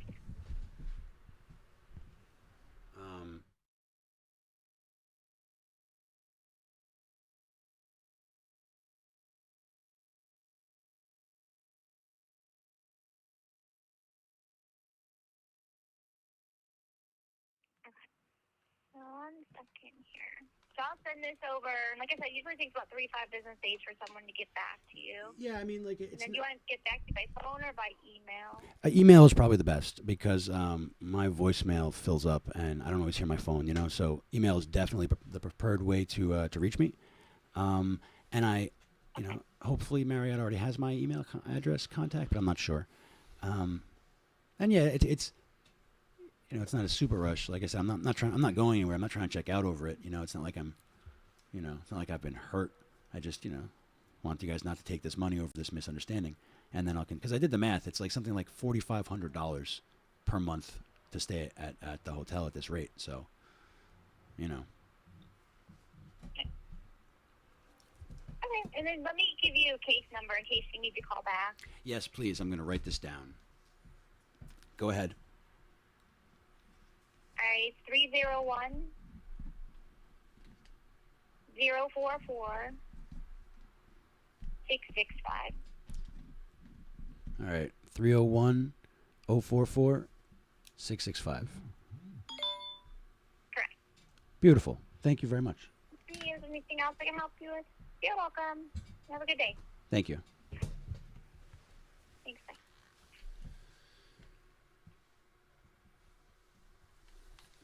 Helpful, hurtful? Wow. Well, I mean, you know, once we got through that, they did all that they could do in the sense of taking a report. I expect that to go nowhere, but at least they, you know, took the report. Yeah, went up the chain a little bit there somewhere. At least she was willing to help, you know. She, even though it wasn't her like department, she was like, "I got you, man." Like, Yeah. Well, she was willing to take my report. They got a lot of buffers. We got lots of buffers. Oh yeah, man. Corporate America's got all the tricks. So we broke through one line. Now we have to go through the next line and then the next line. Well, I mean that's good for I'm now. glad that didn't happen. You know, it usually happens. Wait, hold on. Let me transfer you to this guy. No, wait. No. He's What? got to go. No, they're playing a somewhere long else. game with us. Well, I mean, she also said she was in reservations, so like she's basically just gonna take some notes and forward that information. I'll to forward somebody. this on and maybe they'll get it. And if they don't, they'll blame COVID. You know, they don't clean the hotel rooms in this hotel and they blame COVID. Ew. Have you ever No, watched- I mean they clean them in between, but like they won't clean your hotel room while you're there. Okay. Unless you ask them. They won't clean your sheets. They won't clean your towels. They won't do anything unless you ask them. In order to, you know, go green and COVID and you know, Okay. this and that. You ever watch Hotel Impossible? No. This guy would go into hotels with a black light and look at all the stains and go into the toilet where after they just clean. You get in the clean room, he'd check under the toilet lip and show you all the stuff. It was the hot tubs with all the bacteria and the hot tubs that you go into. Yeah. I mean, I've lived at a hotel before. The house I was living in with my family caught fire, I don't know, 10 years ago, something like that, 15, 20, I don't remember. And we lived in a hotel for a little while it was getting fixed. And I got to know the employees, you know, like the staff. There's just a handful of women. One of them I'd actually known from somewhere before.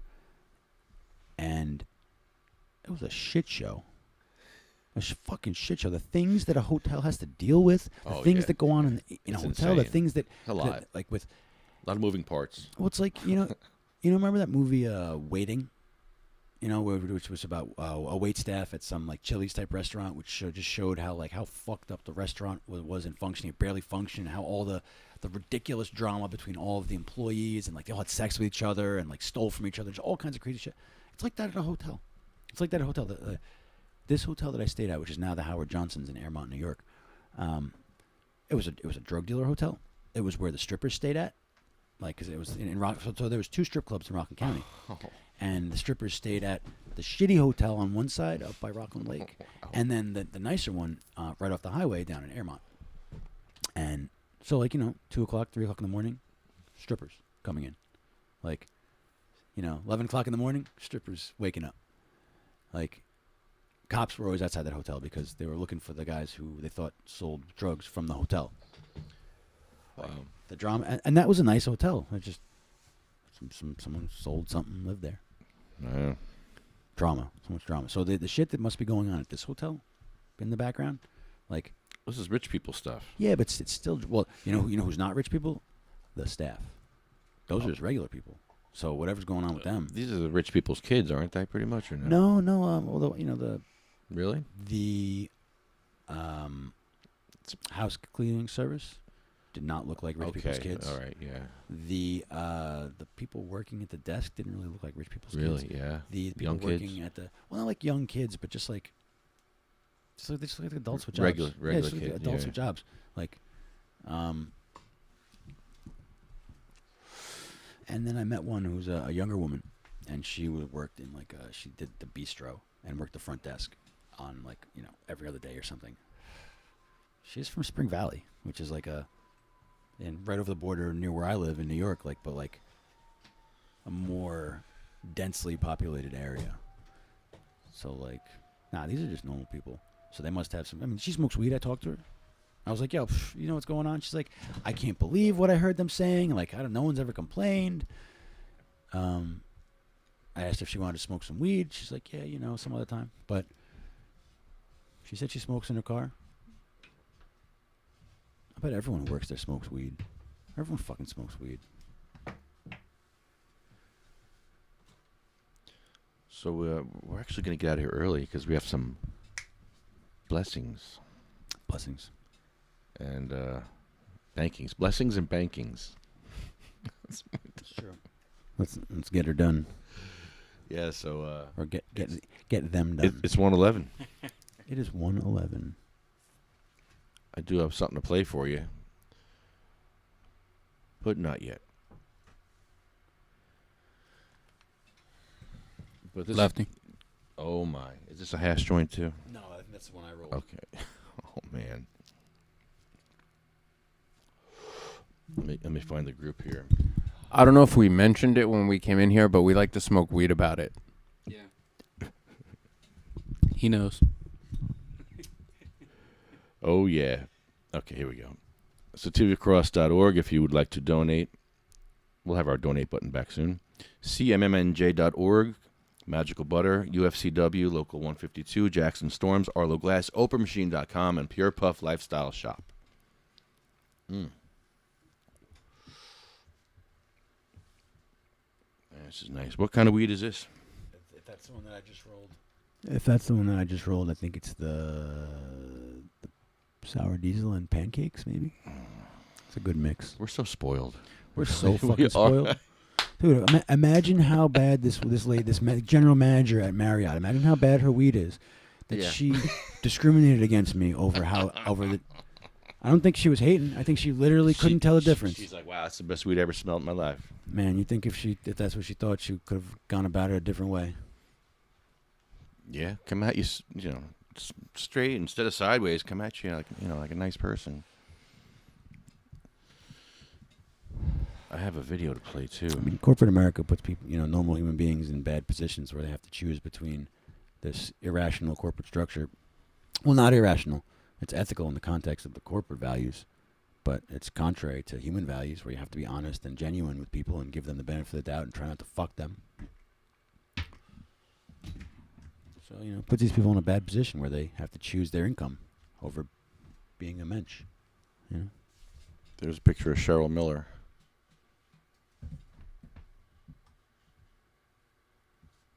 I think that's Jim McGreevy.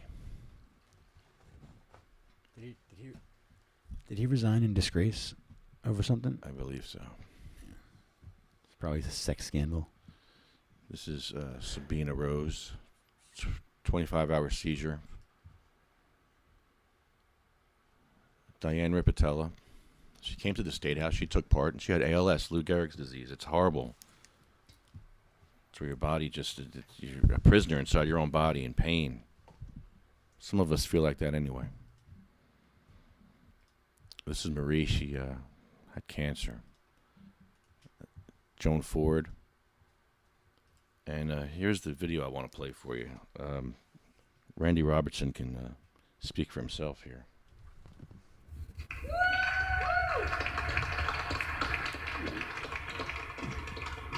Hey, how are we all doing today? All right, my name is Randy Robertson, and I'm just going to tell you briefly my story. And I'm going to preface this with I get emotional sometimes, and if that happens, I apologize. Since my surgery, it's my wife, my daughter.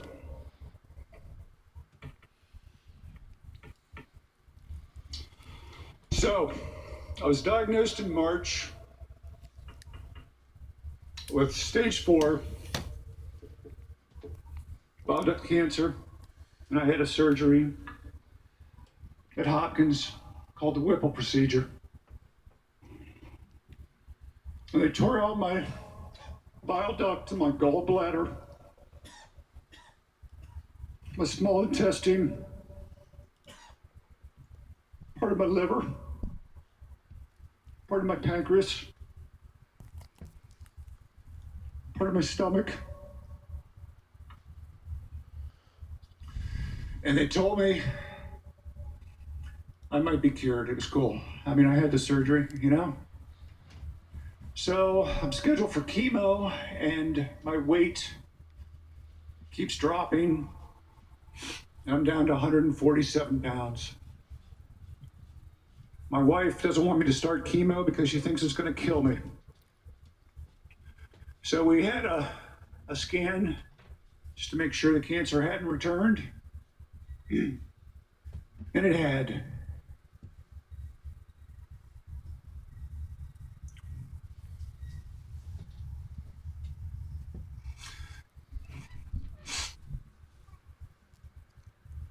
It had metastasized to my liver, to my lungs, and I was done. I decided I didn't want to be done. I decided 2% chance to live wasn't good enough for me.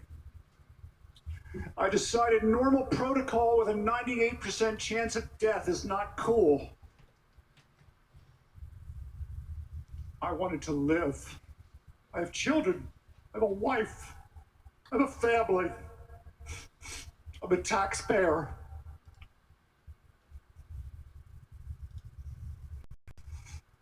My mother prayed. Someone came to my door. I hadn't seen him in 15 years. He said, I heard you need the oil. I had no idea what he was talking about. Oil. The hell are you talking about? Magic shit. I tried it. What did I have to lose? I'm gonna die. I got up the next morning and I'd been on morphine, oxycodone, and all the other stuff I had to take. Zofran for my stomach. It was a drawer full of medicine like this. I wanted to take a shower. I wanted to walk my dog. I had hope. I felt good. I stopped taking the poison. I stopped taking the morphine. I stopped taking the oxycodone. I stopped taking the Zofran, the Regulin, the Ativan, Tramadol. I mean, it just went on forever. I didn't stop taking it because I wanted to. I stopped taking it because I didn't need it. I got my first scan. All the cancer in my lungs was gone.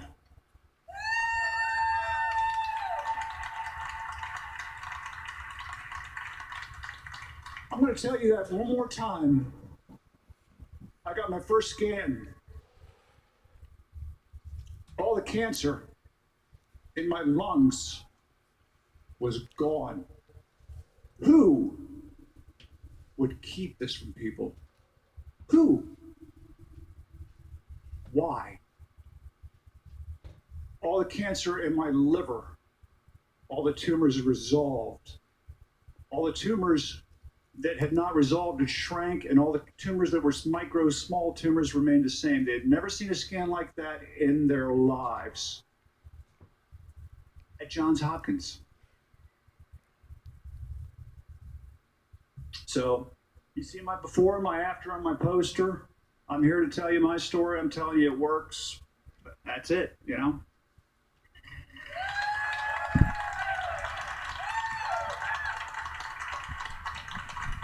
Thank you.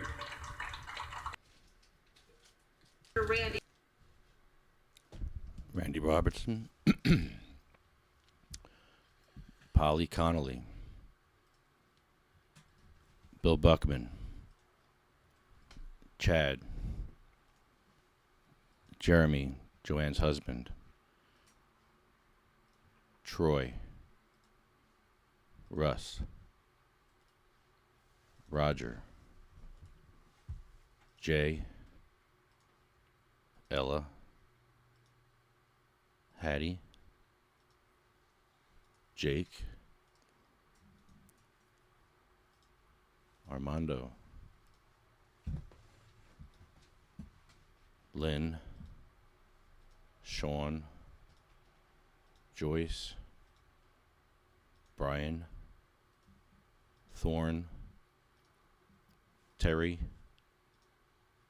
Charlotte, Cher, Jay Bird, Michael. Michael died from a drop seizure. And one of the things that I talk about when I do the wheelchair videos is the kid that I saw on Broadway, about 10 years old, in one of those 400-pound wheelchairs, and he had a helmet on. And I knew when I saw that helmet what those parents faced with him and what that kid faced.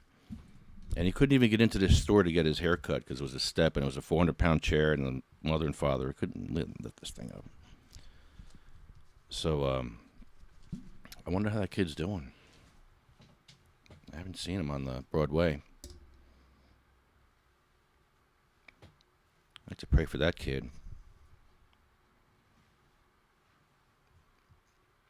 If you see a kid with a helmet on, know what they're going through. It's not just for safety. A lot of times, it's if they're in the chair and they have a helmet on, it's drop seizures and they're deadly, or they're very nasty. You see what Sarah Weber's pictures? You ever see Sarah Weber's pictures? Oh, 10 staples in her head, black eyes, teeth missing, her VNA thing ripped out. She has some kind of implant that get ripped out. All kinds of. It's rough. So, yeah, Michael Dillon, he fell down one day. He didn't wake up. He was young. He was 20-something years old, 22, 23. Terrible.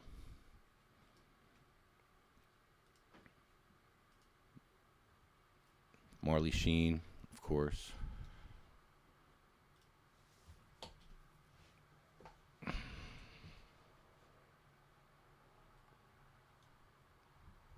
And then there's the man, Jeff Oakes, right there, the oak tree. This guy here, man, inspiring.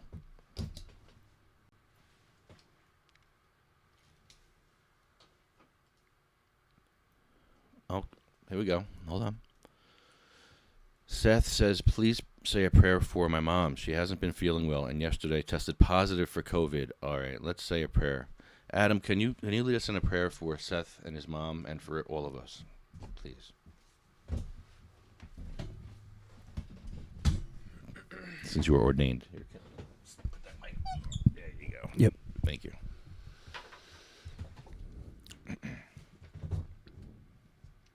We pray for the safety and comfort of your mother and everyone who's been affected by COVID and all the awful things that are out there that can befall people. And not everyone is ready, and people have awful difficulties, and it can be rough. And we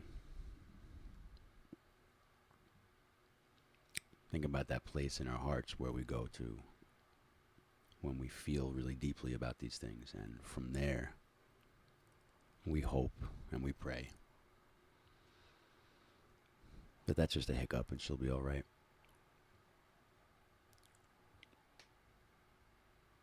Amen. Amen. You got it, brother. Says thank you. Yeah, this list is helpful, hopeful, hurtful. It's all those three things at the same time. Sometimes it's crazy. Yeah, cannabis is one of those things that also happens to be life and death. So, yeah, a lot of people inspire me lately. Chris, you inspire me. What you have overcame in the past few years, man, props to you, brother. Seriously, you inspire me also big time, because I've seen how you recovered and did, fought your way. It. Yeah, it is hard work. It's not only physical hard work, but it's also a lot of mental. Yeah. I don't know if I can, if I don't have that. I mean, I don't know if I can go through what you went through, man. Oh my God, like 14, 15 surgeries in how many years? A couple of years, 3 years, 4 years. Not even like within a month. Oh, that's right. But then you still had more after that. Oh, man, rough. So, yeah, a lot of setbacks, but that's all part of the mind, Yeah. So I'm praying for you too. Pray for all of us. This is good stuff right here. So this is why we do it. This list is why we keep doing what we're doing. People like Jeff, people like Cheryl, and people that are still here. We're fighting. We're fighting for people that can't fight for themselves, like that kid in the wheelchair. That kid and those parents in the wheelchair. They don't have time to fight. They got a kid that could die at any second. They're busy taking care of him. They don't have time for council meetings and going to places and crawling upstairs trying to get access. They know where to go. They said to me, we just go up 20 blocks this way, or we just go up here to get this. They're like, we know we can't go to these places. We just go to other places. I'm like, wow, that sucks. So I'll fight for you. Whoever you are, I'm going to fight for you. They're going to be sick of me. I just did Chitterelli's office. I don't know if you saw that one. Chitterelli has a campaign office, so not anymore. But I think they were trying to make it a campaign office, and his signs were up everywhere, and they were making posters, and they were... Yeah. Did you see that? What's his slogan? It's "You don't know Jack," right? So I took the picture and video of this campaign office, and the guy who rented the place out to do this work for Jack Chitterelli, he kind of was mean to me on the phone a little bit. And then I left, came back an hour later, all the signs were taken down. All the Jack Chitterelli signs were taken down. It's like, oh, wow. I wonder what happened there. It's a pretty funny video if you look it up. It's what happened there. Took the signs came down. I guess we'll have to check again tomorrow if the signs went up. Maybe El Rampador will have to make an appearance again. We'll be giving away ramps tomorrow. I'm going to give one to Jack. Jack ain't getting Jack. You have to get his own ramp, Jack. You got a lot of money, Jack. You should have. First thing you should do is take care of this problem. That's your issue. If he gets elected, is he going to fix the potholes? And if so, is that like so in the background, hit the road, Jack?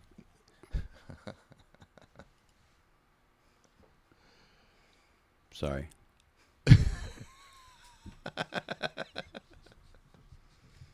too many Jack jokes. I mean, none of them are funny, but they are no. jokes. They're technically jokes.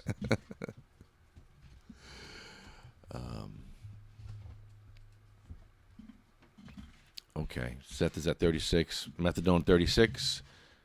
Wow, that's good for you. That's down a lot because you were up to 110. Yeah. Wow. It's tough getting off that crap, man. That stuff is rough. I think I was trying to get off Suboxone. I couldn't. I had to go to Roxycodone. But hey, everybody has their way to get off. It took me 10 months, so don't rush it. Take your own pace, bro. You're doing great.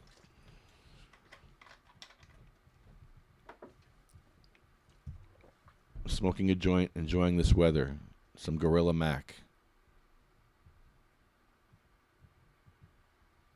You got to boof the cannabis, bro. I'm telling you, got to boof it and sniff it. See that bag? Can I sniff some of that keef there? That hash? Oh my God. Can I do a line? No, don't do it. Is it decarbed? No, don't do it. It's not decarbed. No, but you can put some in a bowl and smoke it. We can decarb it, right? You could put some in a bowl and smoke it.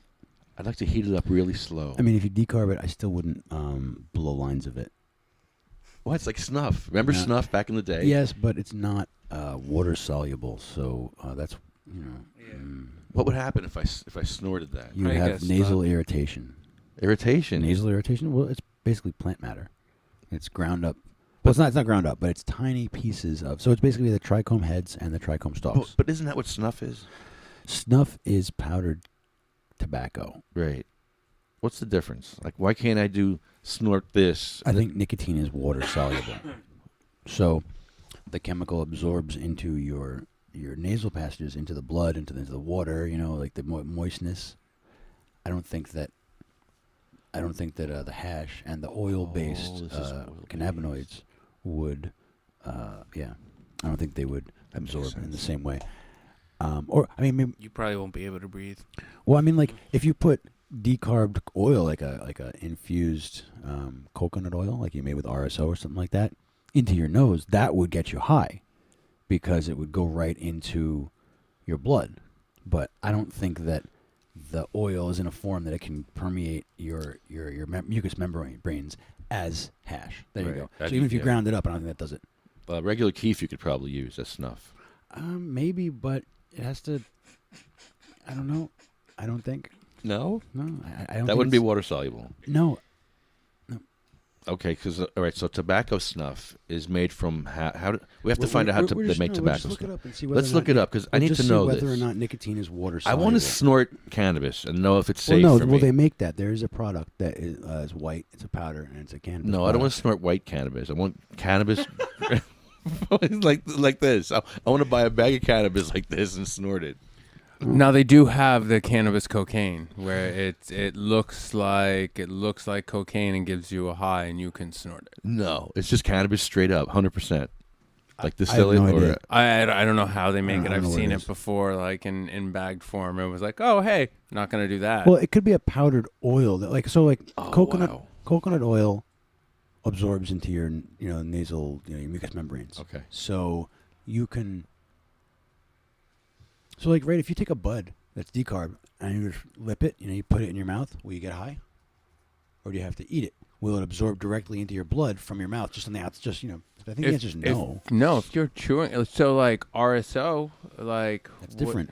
How is that? Yeah, but they're talking about. Oh, it's no longer contained by the plant material. So I think that an extract will absorb, but pieces of plant you won't absorb the drug from. All right, so here's what we're doing. We're taking the RSO, putting it on a glass table, and then getting a hair dryer, and we're gonna make Lefty some black powder out of it. Ooh, wow, that would Okay. probably work. Now I'm excited. Smart guy. Okay. Smart guy. You are not gonna be happy with how that smells. I'm just throwing it out there right now. Like, as someone who regularly consumes RSO and has to deal with the smell and the flavor, good luck, guy. Can I just snort some keef that I decarb in the oven? No, nicotine is water soluble, so you absorb directly into from the plant material. So that's what I mean. So like just getting it wet, Okay. It getting wet in your nose, Right. it will absorb like the nicotine into your blood. And why doesn't cannabis do that? Oil soluble. So Because it's not water soluble. it's so How are they different like that, though? so like the Two plants. Yeah, but like You're looking at, so with cannabis, it's fats and alcohol soluble. So like on a chemical level, like nicotine can bind to water, whereas cannabis cannot. So like for you to get it to bind to cannabis, you need like an emulsifier or a carrier. On the other side, like cannabis easily binds to fats and alcohols. That's why we use such things for extraction methods. I see. What about the bubble hash? Isn't that made with ice? that's this. This is Yeah. bubble hash. That's different. You're using cold as a vehicle to break the trichromes off. Yeah, so if you have a magnifying glass, you can look at this up close. You can even just see it if you look like this. If you look through the bag at the light, you can see that there's little dots, which are the trichomes, and then there's little lines, which are the trichome stalks. Okay. And those all come off when you use the ice water hash to separate it. And then, so there you go. That's the difference between hash and hash rosin, is that hash rosin is just the stuff inside of the trichomes and stalks. Think of the trichome as a little bubble, and on the inside of it is the oil. Same thing with the stalk. The stalk is like a little long bubble, and on the inside of it is the oil. So when you press the rosin, you make the oil come out separate from the plant material that's holding it, the cellulose. Cellulose is like the basic plant material molecule. So separating it from the plant material will allow you to... Now it can be in a carrier and then be absorbed into your body. So like this hash rosin, wherever it is, I'll bet you could just mix that right in with any other oil or alcohol and put it right into your skin, probably. Put it right into your nose, put it right, sublingual and stuff. What's like the spray? They have the little spray now. Like a sore throat spray? Yeah. Don't they have like an inhaler too? But inhalers are powdered. It's like an aerated powder. They have that too? For weed? I'm sure. I mean, it's the fucking future. They have all kinds of crazy shit probably. Like, dude, vape pens are the future. Did you ever see Minority Report? Yeah. All right, so you remember that? I don't know if you remember. But there's this movie Minority Report with have to watch it again. Tom Cruise. Well, and he does some future drug, right? This movie's like 10, 15 years old. And the little future drug, he it's this little thing, maybe about the size of a lighter. And he pops a little disc into it and then goes and inhales whatever was in the disc. The closest thing we got to that now, weed. Like, I thought for sure that movie, that drug was like an opioid or something like that, but no, it's we don't have that now. We don't have an opioid inhaler. Imagine if there was an opioid inhaler on the market. Jesus Christ. Thank God we don't have that. But you betcha they made it. But we don't have that. We have the weed inhalers. I feel like how can there not be? How can there not be an opioid inhaler on the market? Maybe not in this country. I mean, when I was up in Maine and I saw a bunch of people who were like cannabis entrepreneurs from around the country who had different connections around the world, like one of them showed me vitamin inhaler pens, like disposable vape pens. But the vape wasn't weed. It was vitamins. Like, no, like your vitamin supplement in the morning, like the vitamin that you would take. It was inhalable vitamins. So here you go. Tasted like fruit. Inhaled, nebulized, and intranasal opioids for the relief of breathlessness. Oh, yeah, I'll bet you it relieves breathlessness. So there you go. You can get it in inhaler form. I bet it relieves breathlessness up to a point, and then it creates breathlessness. Yeah. Roller coaster of breath. Diminishing returns on the opioid inhalation. Wow. Why am I Sackler, not shocked? right? All right, well. All right. Thanks for tuning in. We're, I just end my, oh boy, that's not good. I don't know what I just did there. Well, I think we're still on here. Are we done? All right, we're done. So thanks for tuning in. Hashtag They Shall Grow. Hashtag Jeff's Law. They went with songs to the battle. They were young, straight of limb, true of eye, steady in the glow. They were staunch to the end against odds uncounted. You guys, I told you I wasn't going to get too stoned today. Yeah, too bad. Yeah, good luck with that guy. What happened? Yo, I got my I can't even get through this. Did you want to smoke a dab about it? Yeah, I think I need to do more dabs. Too loud for the hotel right now. Dab about it. I need to do a hotel dab. Oh, shit. They were staunch to the end against odds uncounted. They fell with their faces to the foe. They shall grow not old as we that are left grow old. Age shall not weary them, nor the years condemn. At the going down of the sun and in the morning,